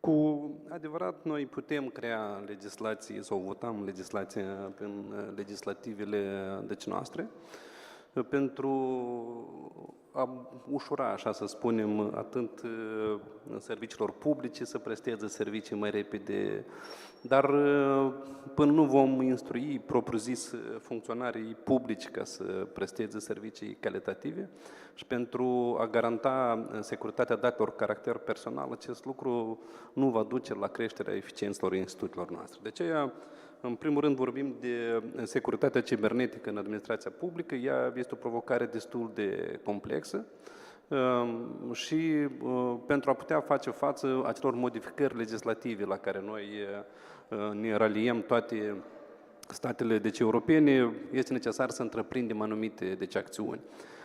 Și eu voi face referire la acțiunile pe care le întreprindem în Republica Moldova și, în primul rând, aceste lucruri se fac împreună cu partenerii externi. Și o să vorbesc despre Institutul de Inovații și Cibernetică în Republica Moldova, care a fost făcut pe lângă Universitatea Tehnică. De ce noi am decis ca acest institut să fie făcut pe lângă Universitatea Tehnică? Pentru că este necesar ca noi, de pe băncile universității, să pregătim viitorii specialiști privind securitatea cibernetică propriu-zisă. Asta este unul. Doi, acest centru și acest institut va avea și menirea să instruiască funcționarii publici în ce privește cultura digitală. Acestea doi. Și trei, vorbim de agenție deja de securitate cibernetică, care la rândul ei va veni să completeze anumite activități acestui institut, care va fi pe lângă Universitatea Tehnică din Republica Moldova, care deja întreprinde aceste instruiri pe care le face în rândul funcționarilor publici. Deci, ce vreau să spun este că Republica Moldova, în linii generale, din punct de vedere legislativ, Noi stăm bine, așa cum stă și în România și în altă parte, votăm legi. Pe locuri chiar aș spune că noi reușim mai bine în regiune, din punct de vedere legislativ, să ne raliem, deci la legislația europeană, dar când vine vorba despre implementarea și creșterea capacităților, lucrurile stau mai complicat. Deci lucrurile stau pentru că atât timp cât nu îți instruiești funcționarii publici, din punct de vedere a culturii digitale și respectarea datelor caracter personal, toate instituțiile noastre și toată infrastructura este vulnerabilă în fața oricărui atac cibernetic. De asta, ceea ce spunem noi să avem în față o perioadă lungă, o perioadă care are ca obiectiv, în primul rând, instruirea funcționarilor. Da, pentru că noi creăm servicii noi, precum este în administrația publică locală, în serviciile publice. Noi în fiecare an tot creăm servicii noi digitale, dar când vorbim despre securitatea acestor servicii, clar că este mult de dorit. Și unicul obiectiv este ca noi să investim în educație. Și asta facem în această perioadă. Deci următorii ani, da, colaborarea noastră pe care o avem cu partenerii, inclusiv avem cu Statele Unite, deci în mare parte, dar și cu alte instituții, este să creștem capacitatea instituțiilor noastre și educarea din punct de vedere cibernetic. Mersi mult! Vă mulțumesc foarte mult. Thank you very much, Chairman Karp. I give the floor now to Andrei Anaki, with apologies for not being able to have an extended presentation at the beginning of our panel due to the fact that he's a new entry for our last panel of the conference this evening. So welcome, Andrei. Thank you very much we cherish the work that you pursue at the Council of Europe. We would like to hear what is the perspective of Strasbourg on this topic and how can the Council of Europe contribute to the normative legal framework for cybersecurity and cyber diplomacy? Thank you. Thank you, Monica. I would like to thank for invitation the National ICI Institute, also previous speakers, but also the auditorium, those of you who struggled to remain till the end of this conference. I'm very happy that I can address to you and share what we do at Council of Europe towards combating cybercrime. I will also speak not only from Strasbourg, but also from Bucharest, because we are based here in Bucharest. It was a decision in 2014, and in April, the Council of Europe, Strasbourg headquarters, decided to host here a cybercrime office to combat cybercrime not only in regional approach in Europe and its neighborhood, but at a global level, because we developed a Budapest Convention called the Cybercrime Convention, and till today it's the only one international instrument towards referring as a legal instrument at worldwide scale in cybercrime and cybersecurity. Now we know that at the UN ad hoc committee there is discussions ongoing to develop and to approve a new UN convention on cybercrime. But this is complex discussions, and we hope we are part of these discussions, and we want to build upon and to bring our contribution and experience, because we are here already 10 years, and we are anniversary, having now a lot of events to anniversary our stay in Bucharest. But our work comes towards years 2000, because in 2001 we with our support of our member states, adopted Budapest Convention on cybercrime. Later on, we developed first additional protocol on xenophobia and racism. And later on, more recently, we developed second additional protocol on electronic evidence. And this second additional protocol boosts a lot cooperation with public sector, because during our capacity building activities all over the world, we delivered more than 2,000 activities in more than 300 units and 97 states. And we believe that after building a framework of legal instruments As in diplomatic field, if you have UN Convention on Diplomatic Activities and Consular Affairs, you later on establish relations and build upon your partnerships with all of our countries on bilateral or multilateral level. But we believe that through our work, we should boost capacity building, and the main activities what we are delivering is trainings. We have a big pool and database of experts from all over the world, and we engage them in our regional activities, regional exercises, practical simulations of, I will give example of critical infrastructure attacks. This is one of main challenges now in neighborhood in Ukraine. First cyber attacks they had, it was on national telecommunication system, and it's very helpful for them, and we are boosting the capacities of our countries towards being more resilient in such cases and to respond to such attacks. And I also mentioned that we are building also partnership with private sector, especially with internet service providers. And we believe that through this partnership, you can reach out for law enforcement.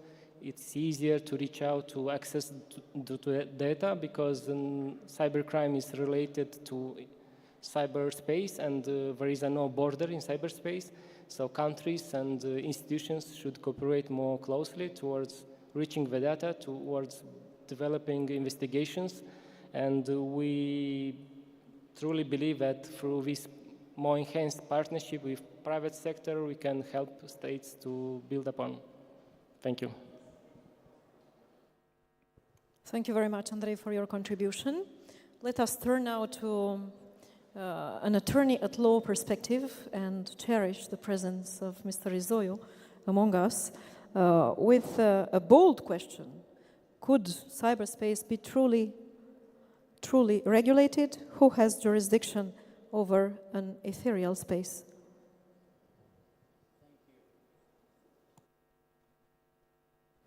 Thank you. First of all, I would like to make a disclosure. So I'm not here necessarily as an attorney, as a practicing attorney, but as a professor of law in the Bucharest University. So I would like to have just a general view of this topic from the academia, let's say. But first of all, I would like to challenge the mainstream view that was exposed up to now about cyberspace. And I would say that cyberspace has no cyber borders, and it precludes any sovereignty. And I will give you one simple example. And that example is coming from the meaning of cyberspace. You know, we are all discussing even today about cyberspace. But do you know who invented this term, cyberspace? It was no IT guy. It was an sci-fi writer back in 1984 in Canada. And it was William Gibson, which in his novel, Neuromancer, the first of the Sprawl trilogy, invented this term. And I think this is relevant. Why? Because in the cyberpunk post-World War III universe Gibson imagined, the cyberspace was above any national jurisdiction. As a matter of fact, in his books, it's not very clear if there is any national jurisdiction whatsoever. It was about corporations, Zaibatsus, and cyberspace cowboys. So I think the whole concept of cyberspace is more related to this idea of freedom of information. So I would try to challenge by building on this idea. Instead of thinking how cyberspace is an extension of a sovereign territory, I would expand on what cyberspace really is today. And I give you one very simple example. I'm sure nobody here experienced with it, but read about it. The torrents movement. You know, torrents are around us for decades. And torrenting sites are still operating while they are banned in most jurisdictions. How come? How can this be possible? It is possible because not all jurisdictions have the same approach on the subject. And therefore, some smart IT guys and some, I don't know how smart lawyers, taught these guys, you just need to pick a friendly jurisdiction. You just need to do what the lawyers call forum shopping. Just pick a friendly jurisdiction, incorporate in that jurisdiction, eventually obtain a website with the termination of that jurisdiction, and then you'll have full freedom. It doesn't matter where the servers are physically located. It matters that you are obeying the rules of that jurisdiction. So, this being the real landscape, again, I am not fantasizing anymore. I am just describing a reality, now 40 years since The Neuromancer, and 30 years from Johnny Mnemonic, which is also based on a short story by the same William Gibson. The idea here is the idea of cooperation between various jurisdictions to reach a common level of protection. And yes, I know Internet in its inception was a defense program financed by DARPA, but I don't think that Internet is about national security. It has a component of national security for sure, but is not anymore a national security issue. We shouldn't treat the Internet as a national security issue. Caveat. Yesterday I just read the news that some wise guys tried to suggest Israel that a normal response to Iran attack will be a cyber attack. So again, Internet is seen as a weapon. It is not. It is not a weapon. It's just a tool. But as any other tool, it could be used for malevolent actions. So, my suggestion in this landscape, which I think it's a more realistic landscape than the harmonious landscape that was described before and that we seek, all of us, to find. Now, what harmony means, whether it is hexia or eudaimonia, I don't know, but I'm sure there is some sort of harmony. But in order to reach that utopic harmony, first of all, let's look at what it is right now. And I think the diplomacy has a very strong role in building together a consensus on what are those principles which are shared by most, if not all, the nations, and try then to enforce those principles across all jurisdictions. In this case, there will be no safe harbor, there will be no gaps in the network of international relations where the Internet can go rogue. So I think this is a very big challenge, I'm aware of it, but I think this is the way to go. And only through diplomacy this can be achieved. There is no one who can say, these are the principles, everybody should take these principles and implement. It's a negotiation process, so it's the role of diplomacy to deal with this process. Thank you. Thank you very much. Thank you. Thank you very much, Professor Rizoiu, for this valuable contribution with a new perspective and especially the caveats that we have to take into consideration when we move forward, us as diplomats, as the normative soldiers of the 21st century in this regard. Before I move on to our last panelist, I'm going to ask our technical colleagues to provide 2 functional earphones for our distinguished guests from China and Pakistan, because our next intervention will be in Romanian. And in order to gain a little bit of time, I'm going to put some preliminary conclusions and remarks to our panel, taking into consideration all the contributions so far. We strongly believe that as each country continues to pursue its form of cyber diplomacy, global mechanisms such as network effects and corporate provision of security mitigate state policies and governance.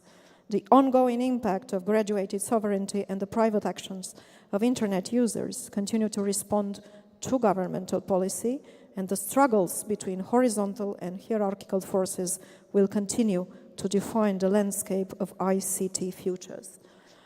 Having in mind all of these, I give the floor to Cătălin Andruș, the Director in the National College of Internal Affairs, with a contribution also from the academia, but also as a former commander of the Police Academy of Romania. Thank you. Mulțumesc în primul rând pentru oportunitatea de a fi un membru al acestui distins panel și, într-adevăr, reprezint aici, să spunem, 2 zone, și anume, pe de o parte, instituțiile de aplicare a legii sau law enforcement, dar pe de altă parte și zona academică, având în vedere, să spunem, faptul că vin dintr-o zonă academică și sunt membru, să spunem, al comunității universitare a Academiei de Poliție. Sigur că sunt de acord și foarte bine, sigur a subliniat domnul ambasador faptul că în prezent internetul și noile tehnologii au creat o comunitate globală. Este adevărat, dar ca orice comunitate globală avem nevoie de reguli pe care să le implementăm și de un cadru în care eu, ca și reprezentant al unor structuri de aplicare a legii, spun că trebuie să avem posibilitatea de a apăra și de a garanta drepturile cetățenilor noștri, pe de o parte. Pe de altă parte, putem vorbi chiar de drepturile și libertățile omului, având în vedere că în jurisdicția noastră nu sunt doar cetățeni români. Sigur, plecând de la această axiomă, trebuie să spunem că există și este nevoie de cooperare. Au subliniat toți antivorbitorii mei și nu trebuie să plecăm de la zero, de altfel nici nu am putea face acest lucru. Din punct de vedere al comunității globale sau al cooperării internaționale, avem, să spunem, 3 niveluri de cooperare internațională și, evident, cel mai important este cupola oferită de Organizația Națiunilor Unite. Și aici, sigur că trebuie să menționez o organizație foarte importantă pentru noi, Interpolul, care ne oferă posibilitatea de cooperare la nivel internațional.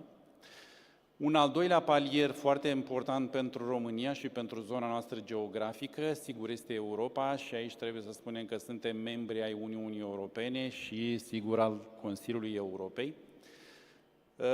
Și dau exemplu aici, sigur, la nivelul Uniunii Europene, menționez doar 2 forme importante de cooperare pentru structurile de aplicare a legii, și anume Europolul și, trebuie să subliniem aici, și agenția Frontex, care s-a dezvoltat în ultimul timp foarte mult și chiar de curând trebuie să menționăm că există o academie a Poliției de Frontieră în cadrul Agenției Europene Frontex.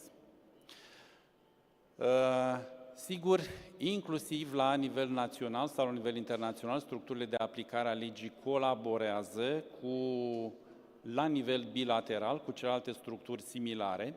O putem face în acel cadru internațional pe care l-am menționat anterior, dar în același timp o putem face la nivel bilateral sau multilateral, sigur, în funcție de problematica pe care o avem în atenție.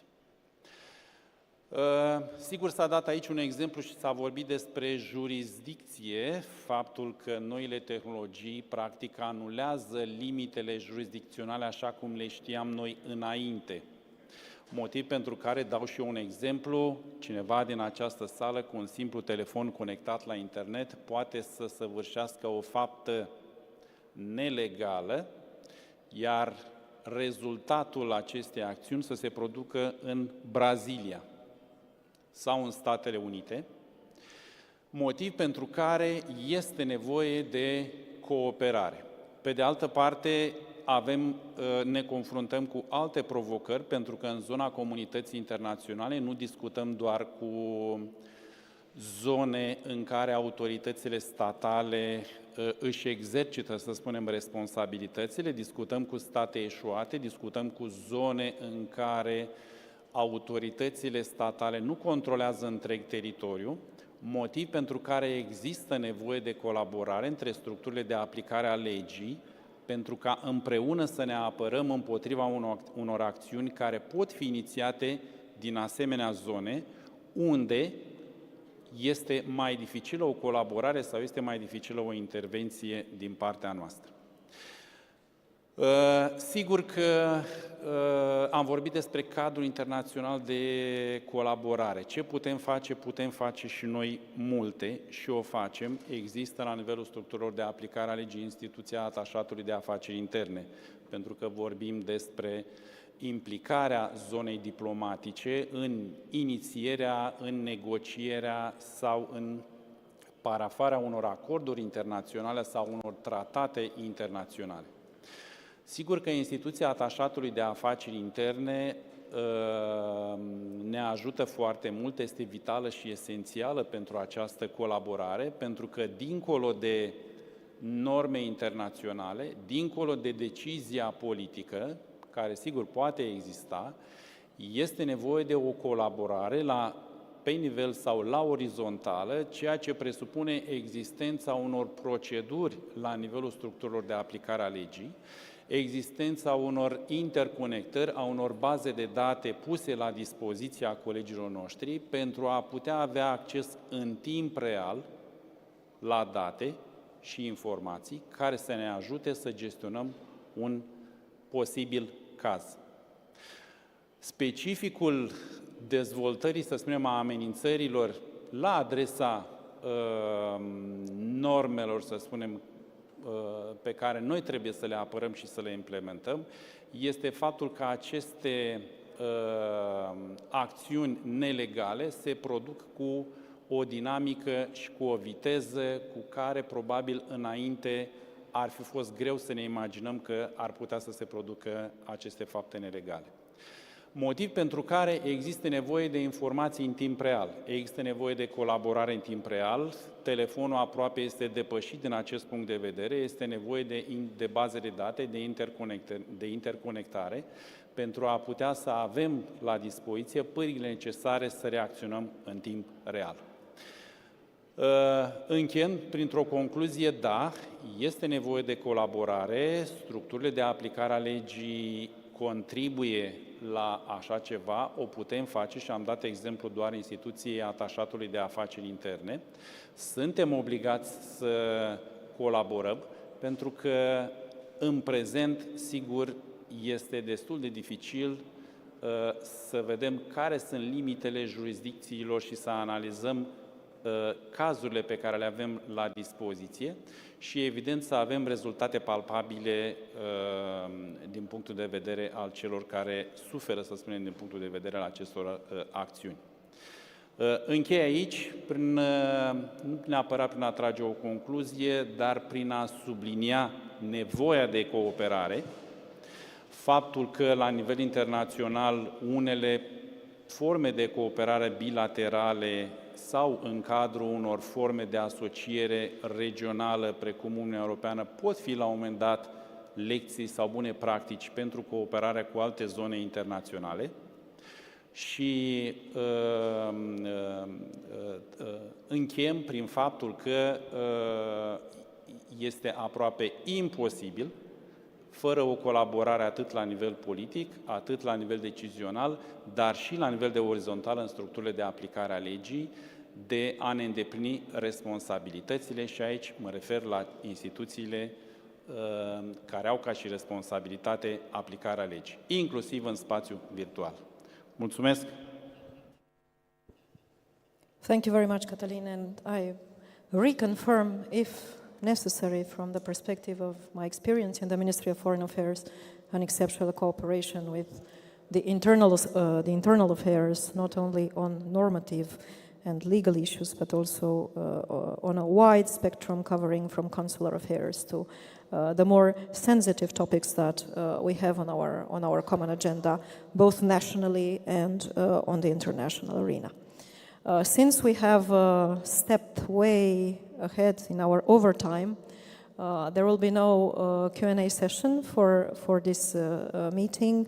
I will put some conclusions in the sense that having listened to all our panelists, there are several ideas that came to my mind. First of all, that multipolarity and pluralism should not mean by any way a recognition of the relativity of norms and values and the abandoning of the so-called universal principles. Beyond the balance of power, cyberspace is becoming a major factor in this shifting global order for two other reasons. First is the cyber dimension of power of increasingly central to the very definition of power.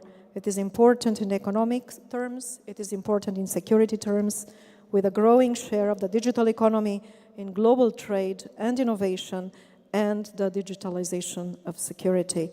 Second, the cyber capabilities are increasingly becoming a means by which countries can compensate, if not a place for a better term, for their lesser power in other domains. This allows small nations, such as Estonia, for example, or Singapore, to punch above their weight and enables mid-level powers to catch up more rapidly with established powers through the integration of cyber tools in also military hybrid doctrines. It is therefore not surprising that states across the world are increasingly interested in developing their cyber capacities across the whole power spectrum. It is up to us, the diplomats, the dignitaries, the businessmen, the professors, the lawyers alike, to join hands and to shape our alternative futures in the 22nd century. I invite you for a big round of applause for our guests today. Thank you very much for your contribution.